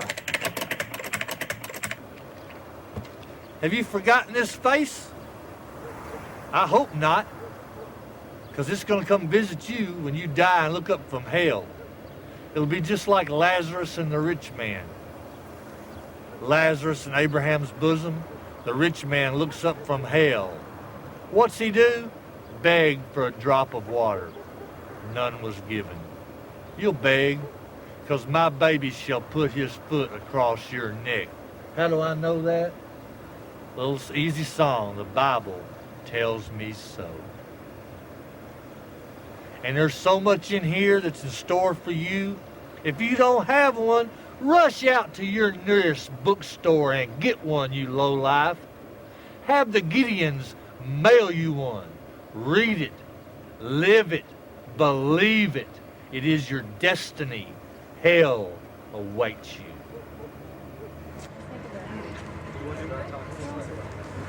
Burke's going to talk here. Hey, Burke, tell him what it is. We got everybody in here? Who am I telling? And when? We have most of the people here. Well, should I just start talking? Go ahead. Okay, this is a collection of postcards that we've received from people from all over the world in support of this cause. They've all written "Free the West Memphis Three" all over these postcards. The goal is actually to deliver this to the governor, show the governor the support that these 3 have.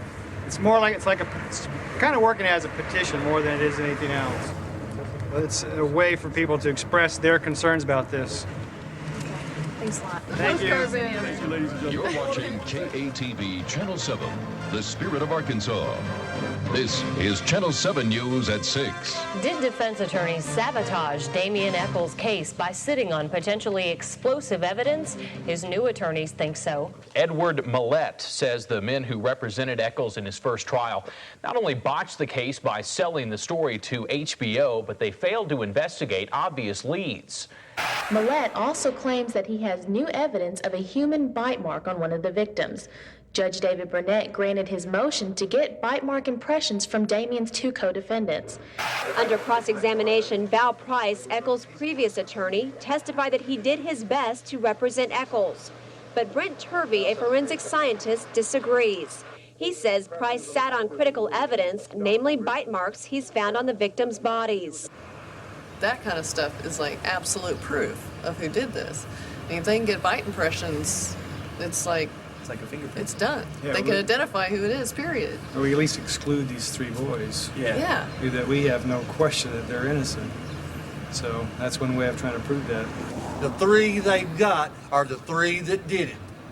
You are entitled to your opinion, but to spread your propaganda that you believe they are innocent, I think is crap.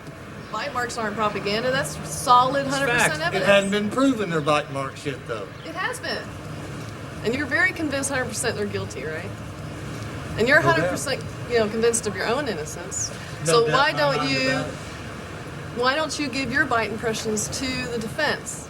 Do you think that I'm guilty, that I had something to do with murdering my son? You're not saying anything about that. I don't know if you had anything to do with it. I want to know that you didn't, and that would be by giving your Rule yourself bite out impression. for it. I've already been exonerated. What else do I have to do? The public's been kind of suspicious of you. What happened to Melissa? I believe she died from a broken heart. But you were there, so you saw something, I was asleep right? beside her and woke up and found her passed away beside me. There were no bruises, abrasions, anything like that of any foul play whatsoever. I've been totally exonerated. All charges or suspicion of anything dropped. Well, I do know there was a toxicology report, and they talked about actually quite a lot of drugs that were in her system. A lot of prescription drugs that she was taking. Sure did. Well, also some prescription drugs she wasn't taking. She took like 7 or 8 different types of medication for being bipolar, manic depressive, post-traumatic syndrome. And as far as the other medication, I'm as puzzled about it as anyone. I read in the newspaper, it was actually Arkansas Times. Yes. Mara Leverett said that there were signs she was suffocated.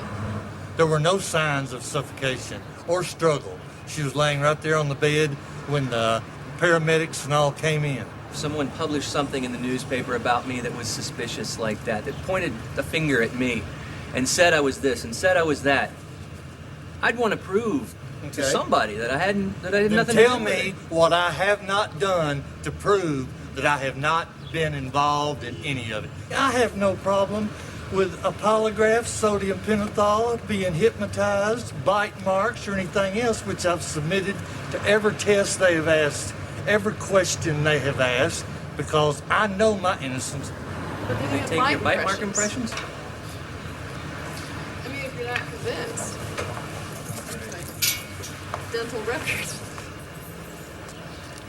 How could you give your bite impressions if you don't have your teeth? Maybe that's why you're not so reluctant to do it. What if I told you that the teeth that I had before they were pulled, that the teeth that I had during it, I know the oral surgeons and all that did the work, and I would be glad to sign a release for them to send my x-rays. Will you do that? If need be. Like I said, I've cooperated with the police. And send it to Dan Stidham? I won't do a damn thing for you. Do it for Dan Stidham. Do it for your kid. Just do it to prove us wrong. Yeah. I don't have to prove one damn thing to you. If it turns out that we're wrong, we'll admit it. I promise you. Bend over and put your head between your legs and kiss your ass goodbye, because you're going to be wrong. I think y'all are fighting a lost cause. Just trying to get to the truth. As a young boy at the age of 13, I started down many of the wrong roads that a lot of teenagers will go down. I remember the first dollar I stole was out of my mama's purse. First people I stole from, my parents. Boy, it just went down a rough and rugged road from there. I can remember quite vividly the day that I came to from a comatose state. I had overdosed at my parents' home. Next day they were on the phone with my brother-in-law and sister down in Jackson, Mississippi. Said, "Well, y'all take him. He's out of control. We can't do anything with him." I saw my brother-in-law, a big, tall, red-headed fella, and I said, "You don't know all the wrongs I've done." He said, "Well, let me show you over here." He explained to me about the Apostle Paul. He said, "Don't get up there and think that you're the worst that's been." He said, "The Apostle Paul's already took that privilege," and he says, "I am the chief sinner." So I thought, well, if the Lord could save the Apostle Paul and look beyond his sin, he could save me too. When this last tragedy came into our life, I stood by my son's casket and I said, "Oh God, help me. Lord, I'm looking to you. I want to be the dad that stands in the gap, that'll stand for you regardless to what the world says. I don't care. Lord, I can't do this on my own. I need you." And you know, there was a peace that surpassed all understanding that came upon me in that funeral home. And I thought, thank God for that. Thank the Lord for after 20-something years of living like a savage on this earth that he knocked at my heart's door and spoke to me. And I'm so glad I invited him in. I want to know who in the community had access to those victims, who would be trusted with those kids. I want to know what the relationships were in that community, because who was killed tells you why they were killed. Look at how clear of a line we're drawing between the homicide and the behavior of Chris Byers. My feeling is that this kid was being abused. Chris Byers was setting fires. He was playing with his own excrement. He was beating up other kids, picking fights. He was on Ritalin. The doctor was saying he was going to hospitalize him. He was a kid who had behavioral problems and problems of being defiant and violent and aggressive and impulsive for at least 3 years that this neurologist had been seeing him. And this doctor in his report states, I'm giving this kid, I've been prescribing him Ritalin for the past 3 years. Nothing's come of it. Nothing. He even says it does not make sense to me. I'm at a loss to explain why his behavior has not abated. Because what Ritalin is it's a kiddie depressant. Is what it does. Is it takes kids and makes them more docile. But Ritalin is a funny drug, and it's my understanding, and you have to talk to somebody who really knows what they're talking about this. But it's my understanding that in adults, Ritalin is like speed. Has the exact opposite effect. So you think that maybe the kid wasn't getting the prescription? Well, if he was getting the prescription, he wouldn't have been exhibiting those behaviors. And he was exhibiting those behaviors. So my only thought would be that he was not getting his prescription. They had a little book they wrote in at school. I still can't go through a lot of his things. It's still too painful. It's his journal. It's his journal. And it was on a Wednesday. And he had written nothing on the page except just, I love my mommy. And that's all he'd written on the page. And I know that if he could come to me, he would say, Mommy, it's okay. And I'm all right. And you need to be all right, too. And I still love you. And I love Daddy, and I love Ryan. Now, I want you to pull yourself together, Mommy, and I want you to go ahead and live. Because I'm okay now. I'm okay. I'm all right. You don't have to worry about me. What was your relationship with your wife? Did you all get along pretty good? As long as I could keep her from using, we did. I could keep her off of it a couple months, and she'd go back to it. The first rehab I put her in was 9 months after we were married, and I had a doctor tell me then that you all just go ahead and divorce her. He said, you know, heroin junkies, 1 out of, I don't know what the statistics exactly gave me. He said, ever stay clean. He said, this is going to cause you a lot of pain and misery. Do you use drugs? No, sir. Have you ever used drugs? Yes, sir. What? Marijuana. I've tried coke, some pills. Did you ever have a habit? No, sir. Never been You to a just drug casual rehab. experimenting or casual Just experimenting association? as a teenager and going to college. That's it. Oh, you have a brain tumor? Yes, sir. Is it troubling you now? Have you got it under control? Or? Well, I'm under doctor's care. Are you taking medication? Yes, sir. What?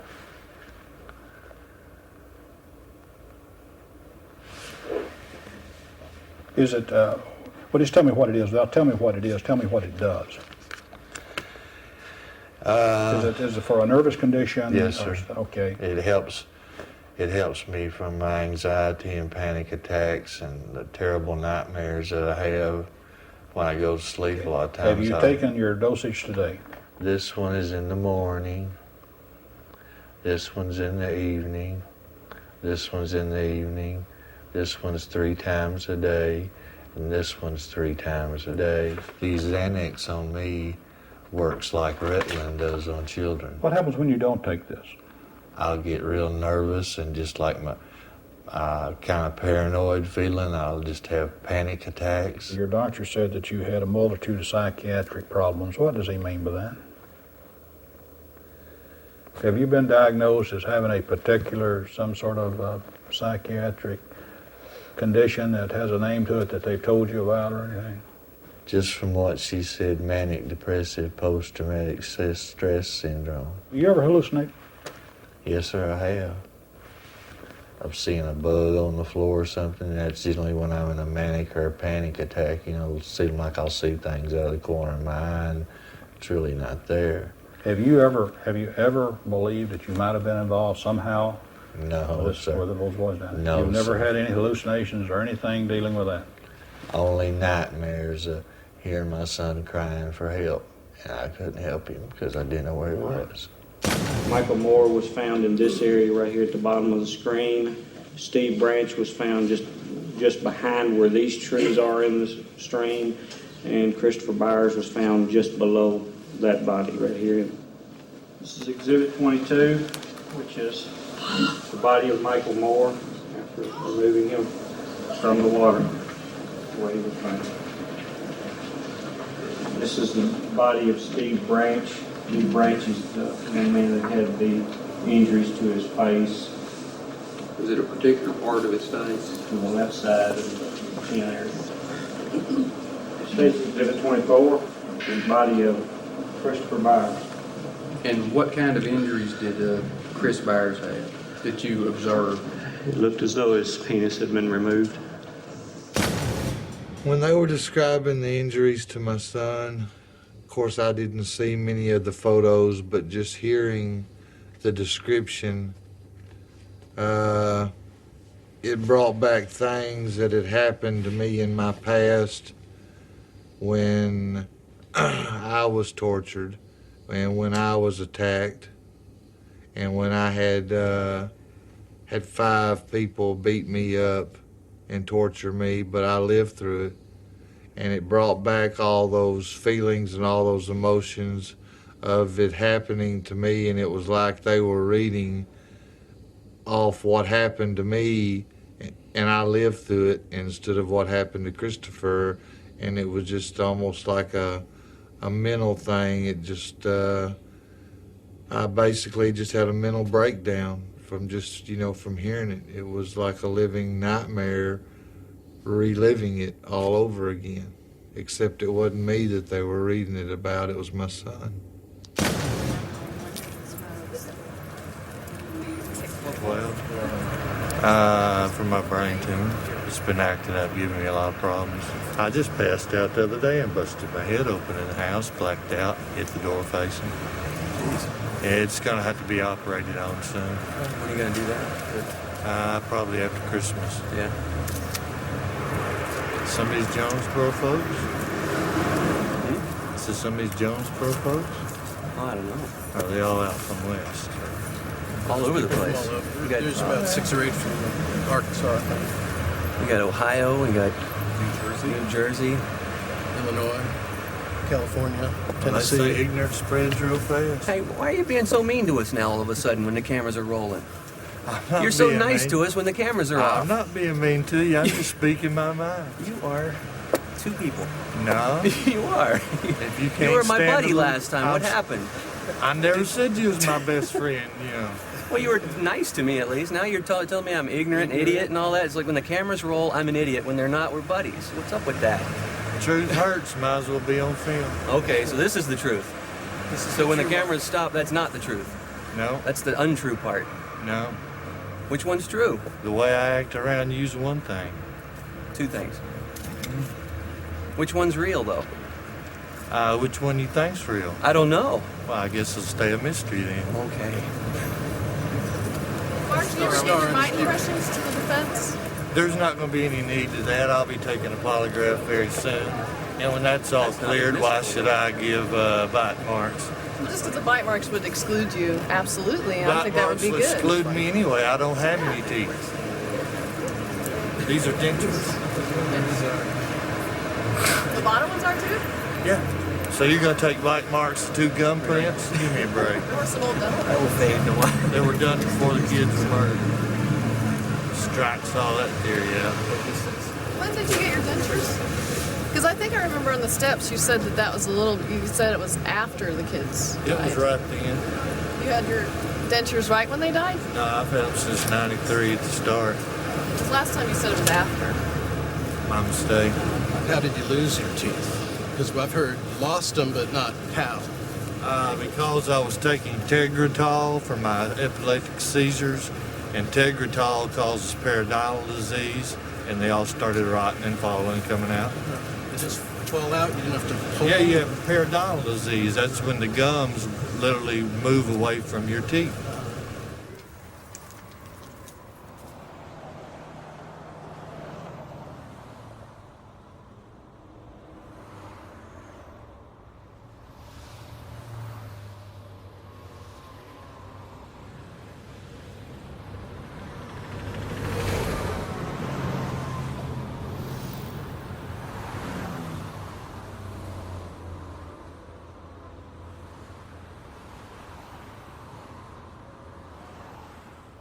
It's my understanding that the odontologist has now reviewed bite mark impressions from all 3 defendants, compared them with the bite mark, which the odontologist has identified, and we can exclude the 3 defendants who've been convicted as the person who made that bite mark. What's exciting about this is we now know that this kid was bitten by someone, and this someone was not any of the 3 defendants. And it's just, I wish and pray that this information would have been available to us back at trial. I think the result would have been dramatically different. This is the interesting thing. Brent Davis, the prosecutor, claims that this is not a bite mark, but as Frank Peretti, who performed the original autopsy, says that this is a bell-shaped pattern abrasion that is consistent with a belt buckle. They're interpreting, looking back at this injury, they're interpreting it, and it's only this is a 2-dimensional surface. If we were looking at a 3-dimensional surface, we would see that this actually creates a circle because the eye socket curves in and curves under. The 2-dimensional photograph makes it look like a bell shape. Basically, they're going to put on 2 guys, one of which did the original autopsy and missed this bite mark, and basically state that this isn't a bite mark. The bottom line here is that this is not legal trickery. This is hard physical evidence of somebody else committing this crime.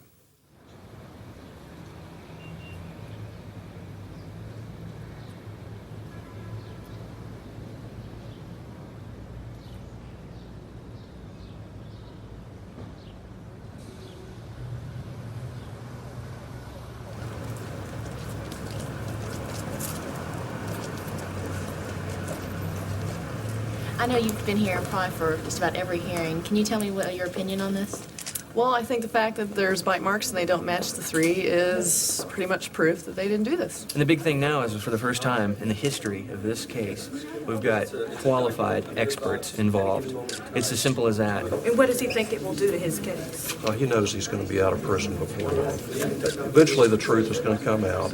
Are you going to be here till the end? Yes. We're going to be here however many times it takes. Have you been following the case? No, but I've seen what happened. You saw what happened? Mm-hmm. What happened? Hey, I'm not sure if the 3 boys done it or not, but the 3 boys were there. Excuse me, the three boys were there. But there's one more that's running on loose right now, and he lives here in Jonesboro right now. Who is he? Mark Byers. You believe Mark Byers had something to do with this? He was holding a knife. Well, what more proof do you need? He was holding a knife. The 3 boys was not holding a knife. Mark Byers was. And how did you witness this? I seen it. Have you told the police what you saw? Yeah, well, I've tried to tell police, but nobody wants to listen to me. I've tried to tell the prosecutors, they don't want to listen to me. Why don't they want to listen? I don't know. I've been in an accident before, and they think I'm all scrambled up. I'm probably signing my death warrant right now. I'm probably doing that right now. But I don't care. But I don't care. That's irrelevant. You can get it somewhere else. I have no more comments. The guy that you just interviewed over there, that's sensational. He's just like Jessie Misskelley. He's a guy who's got a story, and here's my bet. We're gonna see that on the news tonight. I don't know what I'm and it's gonna be big, groundbreaking revelation confession, and you guys are gonna. As long as that's not the only thing, Don't preempt everything else to show that. But I wonder if you're going to use any footage that you got of Steve Baker, anything that talks about facts or anything that was brought up in court today, any of the news, Yes, as opposed to the fiction. Only one news story that I saw mentioned that the bite mark impressions did not match any of the 3 boys in jail. That was the big news And yesterday. that was the None of the important thing that reporters were happened here. yesterday, and nobody mentioned except for one news report that I saw this morning, added as an afterthought. Oh, and by the way, none of the bite impressions Well, see, taken matched. I got that afterwards because I couldn't stay here, so I had to call someone. you And could so I ask. added it. Everybody could I find out. added. You Well, could have we found did. it We out. came here. Well, I did, and I put that into my story. 'Cause I have it in my story. Okay. But in the first case, did the state bring their own odontologist? No, there was never mention of bite marks. They wouldn't have brought an odontologist. If they had brought an odontologist, that would have suggested that they knew there were bite marks or some reason to bring one. But there was no, originally it was either overlooked or ignored, so they had no reason to bring in an odontologist because it wasn't mentioned in the first trial. When was that? Someone told me that. Someone lied to you. Was it Someone, not it was me? probably, you probably saw it on the news. I don't. Maybe.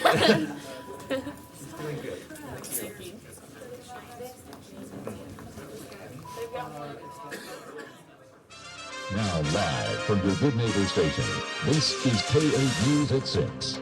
It was a packed courtroom again as supporters and families of both victims and convicted listened to the last day of testimony. The state called 2 state medical examiners who testified they did not find any bite marks. However, odontologist Dr. Thomas David testified for the defense that in his opinion it was a bite mark. The state called Dr. Harry Mincer, also a forensic odontologist, said that it was not a human bite mark. While the state and defense seesaw back and forth, Damien's supporters remain optimistic. How you doing? Fine. Good. Okay, here's the deal. They're going to talk to me from New York. You're not going to be talking to me. We're going to put an earpiece in. You're going to hear Greg Jarrett, who's the talking host to in New him. York. Yeah, his name is Greg. You can just call him Greg if you want to. Gotcha. And when you answer his questions, just look at the camera instead of me. No okay? problem. I need to dress this. Act like I've done it 100 times, right? You have done it 100 times.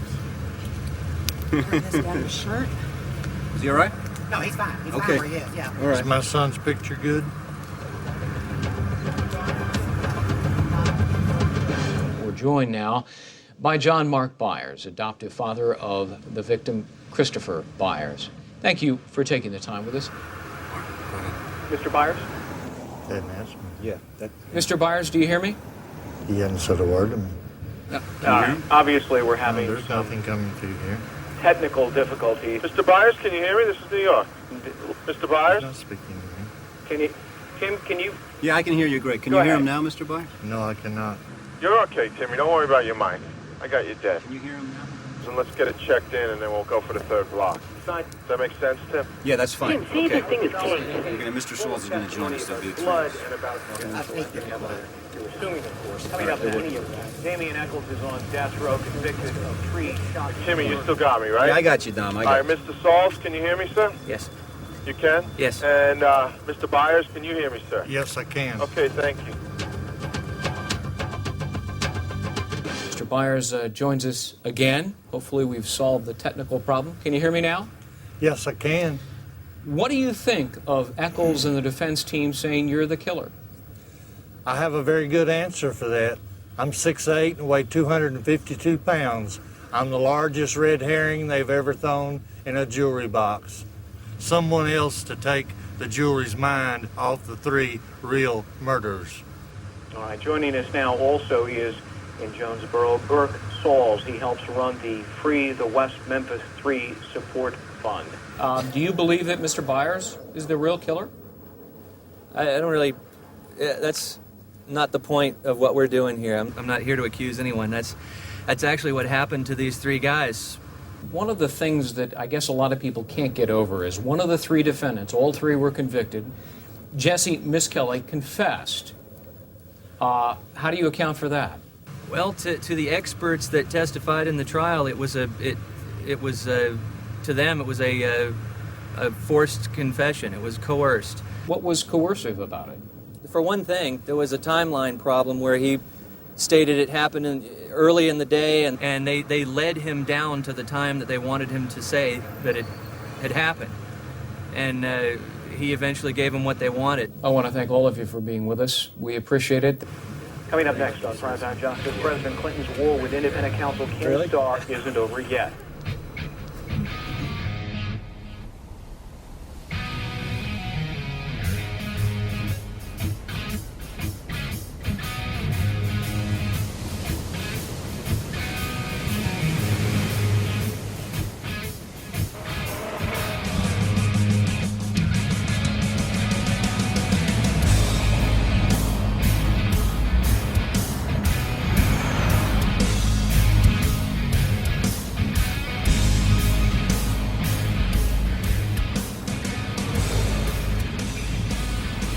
I really appreciate what y'all have done for them. I think just the fact that we live in Los Angeles, we have maybe some talents that we could probably help this case out somewhat. I know at the airport yesterday, there was a young guy that walked past us and he had a black shirt, black pants, black trench coat, black boots, and I thought, you get in trouble at that for some places. Yeah, welcome to LA. Like 50% of people live here dressed like that. They're like, well, there's a guy wearing all black, there's a woman wearing all black, there's another guy wearing all black.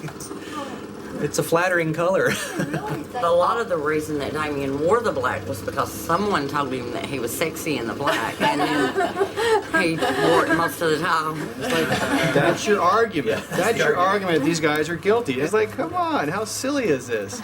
So, and of course, there was the media that portrayed these guys to start. And That's what did it. And I couldn't believe they overwhelmed us from the very beginning when they arrested them and the media attacked them. See, now it's our turn to use the media to our advantage. Because the first time around, there was no critical thinking. They just reported whatever they might have heard or a rumor, and they report it, and you hear it on the news, you think it's true. Well, now we have the Lisa Show to show fact. For once, it's not emotional. It's not about how people feel. It's about facts. And we're glad to have you guys here, too. Yeah, it's really important to have your guys' voices be heard. Are you guys nervous about the show? Very. Just be yourselves. You'll do good. Oh, you'll be fine. You still all nervous? Very nervous.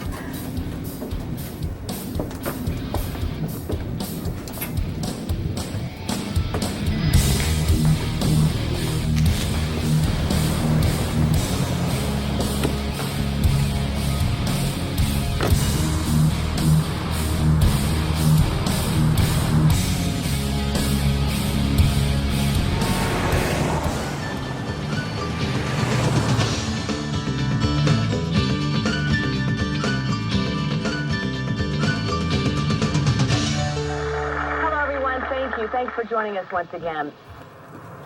So how do you feel like the Lisa Show went? Do you think it went well, or? Oh, I thought it went really well. You could hear people in the background that didn't know anything about the case. You could hear them coming along as they presented stuff. Like when the mothers were out there was sort of some skepticism. You could kind of hear them talking. Like no one was sure whether to believe it or not. And then as more and more came out and you guys were talking more, you could hear people starting to get angry. What was the audience reaction about when they learned that all three defendants had been excluded from making the bite mark? It's like, match the bite mark, find the killer. I mean, I think everybody got that. It was like, okay, so the kids don't match the bite mark, and I think it sort of sunk in that means that the kid shouldn't have a bite mark on his face. Yeah. He didn't leave home with a big fat bite mark on his face. If they missed that, what else did they miss? So did you guys see anything in Byers' interview? Like, did you guys notice, like, the conflicting stories? Like, what did you read from that? Did you get anything from that? Well, obviously, I think he's a little mixed up about his felony history. I noticed Byers wasn't wearing his teeth in the interview. That's true. Now, what happened with his teeth, do you know? Well, there's several different versions of what happened. The first version that I heard is he got him knocked out in a fight. He changed his story. First, a long time ago, he said he got knocked out in a fight, and he told Lisa that he had him surgically removed. And they told me that he'd taken Tegretol and that they had just kind of rotted out. Burke and Grove told me last night something about Byers had left his teeth somewhere, and that's why he didn't have them on during the taping. What was the story on that? I think the producers of the show said that Byers had told them that he left them in a restaurant somewhere. And so his last parting words to the producers when he was leaving the show, which he had done without his teeth, is, "I'm not leaving LA without my teeth." Test is about to begin. Is this the month of October? Yes. Regarding those deaths, do you intend to answer truthfully each question about that? Yes. Other than what we've talked about, did you ever wish any person would die? No. Did you harm any of those boys? No. Other than what we've talked about, did you ever think about hurting anyone? No.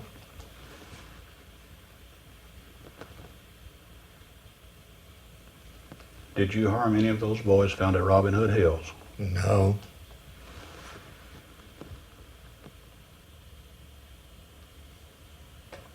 Test is over. Remain seated, looking straight ahead.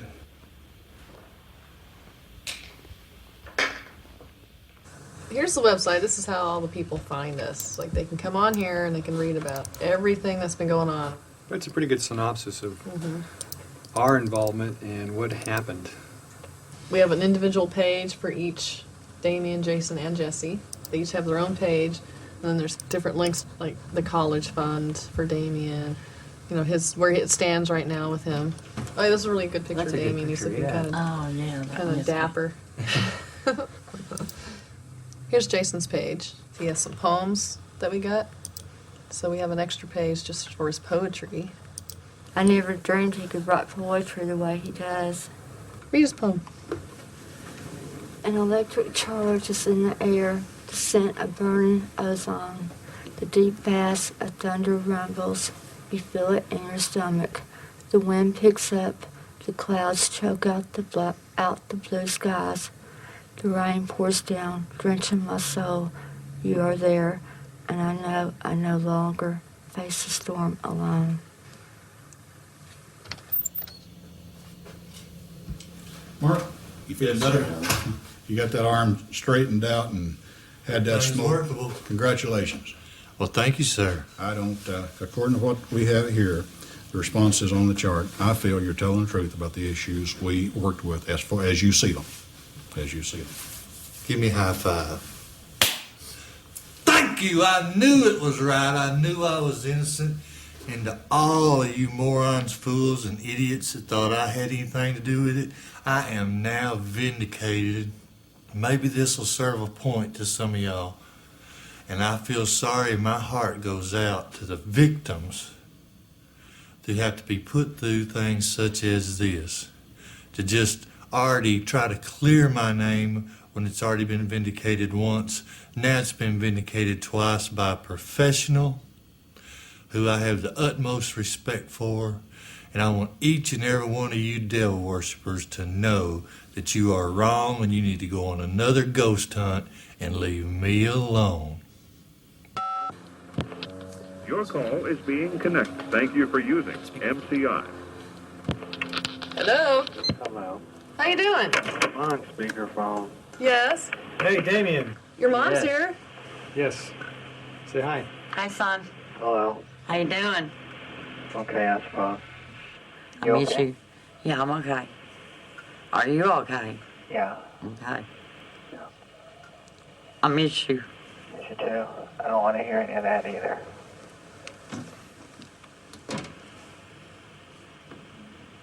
You know, I know you lie every time you come here too, whenever you say you're not going to cry on the way home. But then you get out in the parking lot and just... Not every time. Why are you crying? I just miss you. Well, I miss you too, but I'm not doing all that. Calm down. I love you. I love you, baby. Calm down. I'm okay. Stop crying. You have exceeded I'm not crying. the limit. This call is being Your call is disconnected. terminated.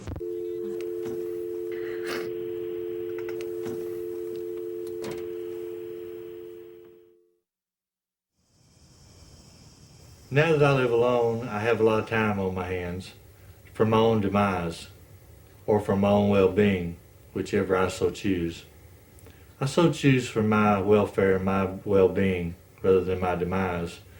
And you might wonder, what do I do with all my spare time? Well, I still enjoy singing, and I took several songs and put them together, went to a studio here in the town I live in, and I recorded a song that meant a lot to me, and it has been a great blessing of faith and hope that has helped me through every day, and there's not a day go by that I don't listen to it or sing it, or at least try to remember part of it. And if you'd like, I'll sing a little of this song for you today.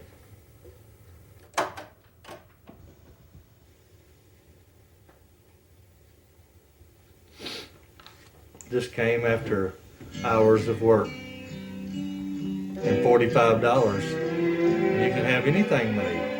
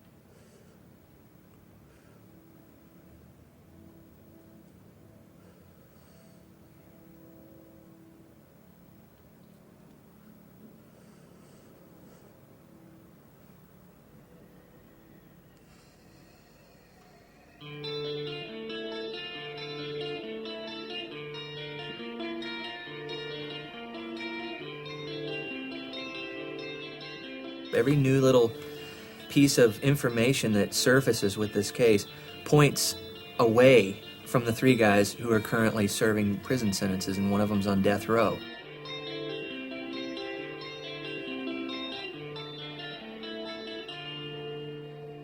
If the three defendants ever got out and were released, I would be sick.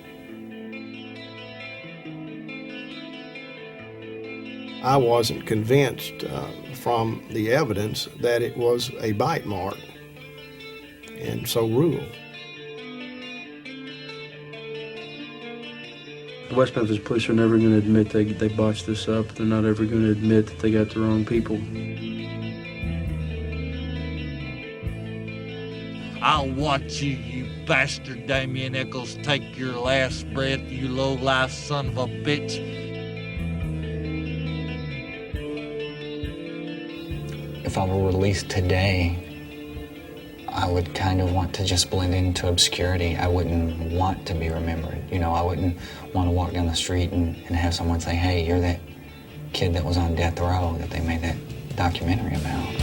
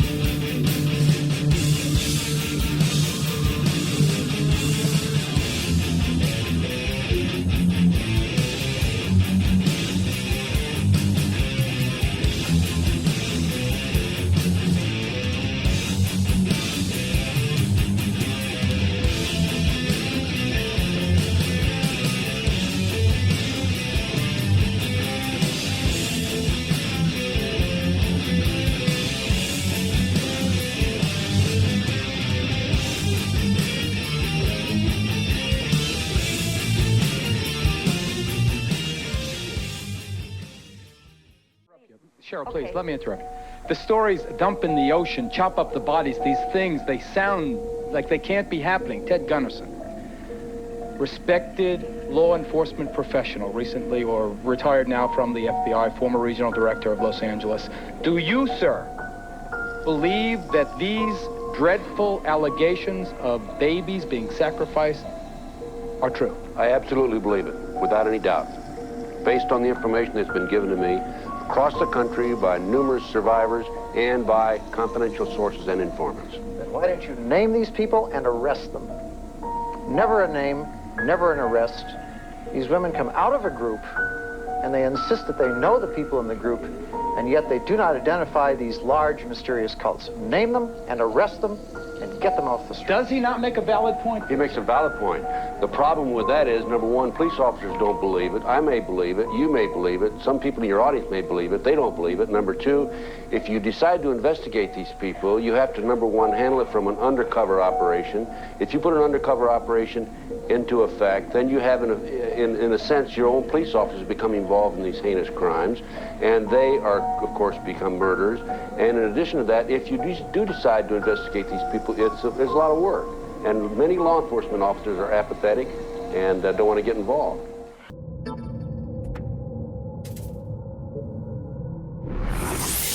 Hello, I'm Ted Gunderson. I retired from the FBI in 1979 after more than 27 years' service. At the time of my retirement, I was a senior special agent in charge of the FBI Los Angeles Division, with more than 700 people under my command and a budget of more than $22.5 million. Ted Gunderson was an FBI bureau chief with nearly 30 years in service. But what Ted uncovered after retirement was more explosive than anything he ever saw on the inside. And when he was chasing the leader through the woods, they had a running conversation, and the leader said, "We have the police and the FBI in our hip pocket here.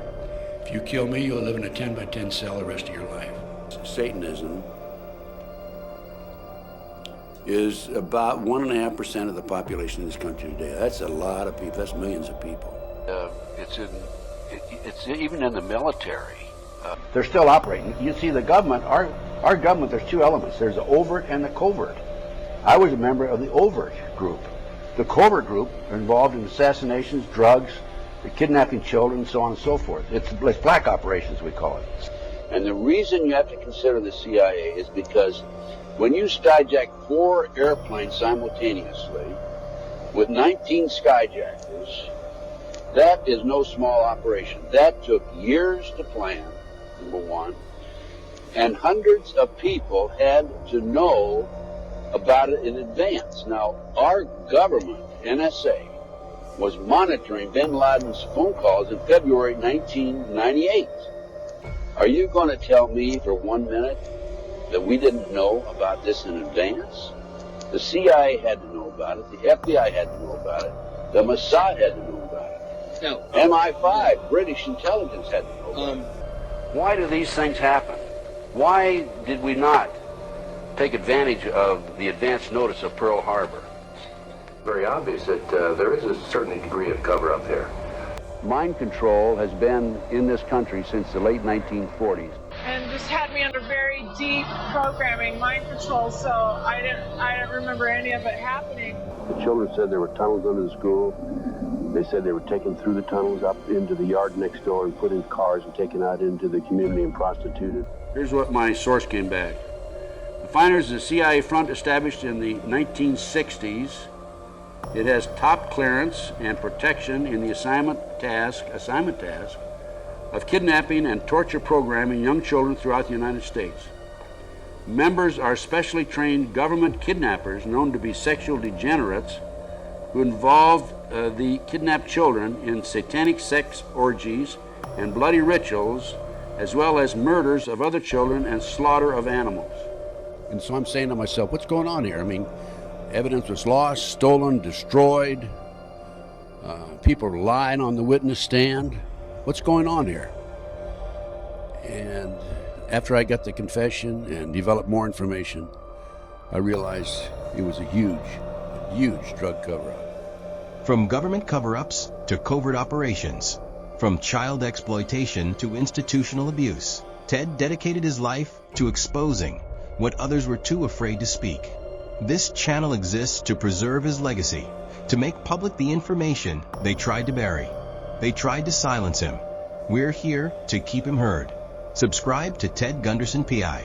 Truth has no expiration date. Explore the archive at tedgunderson.info, featuring declassified files, personal research, conference transcripts, and scanned publications in Ted's own words. Join the conversation on the official Ted Gunderson Discord. Collaborate to keep Ted's investigative work alive. I say the CIA is the most evil organization in the history of the world. They're involved in kidnapping kids. They're involved in drug operation, international drug trafficking. They're killing people. They're assassinating people. Chip Tatum on my radio show said that he was involved in the takeover of 20 governments around the world where they put a puppet CIA operation in afterwards.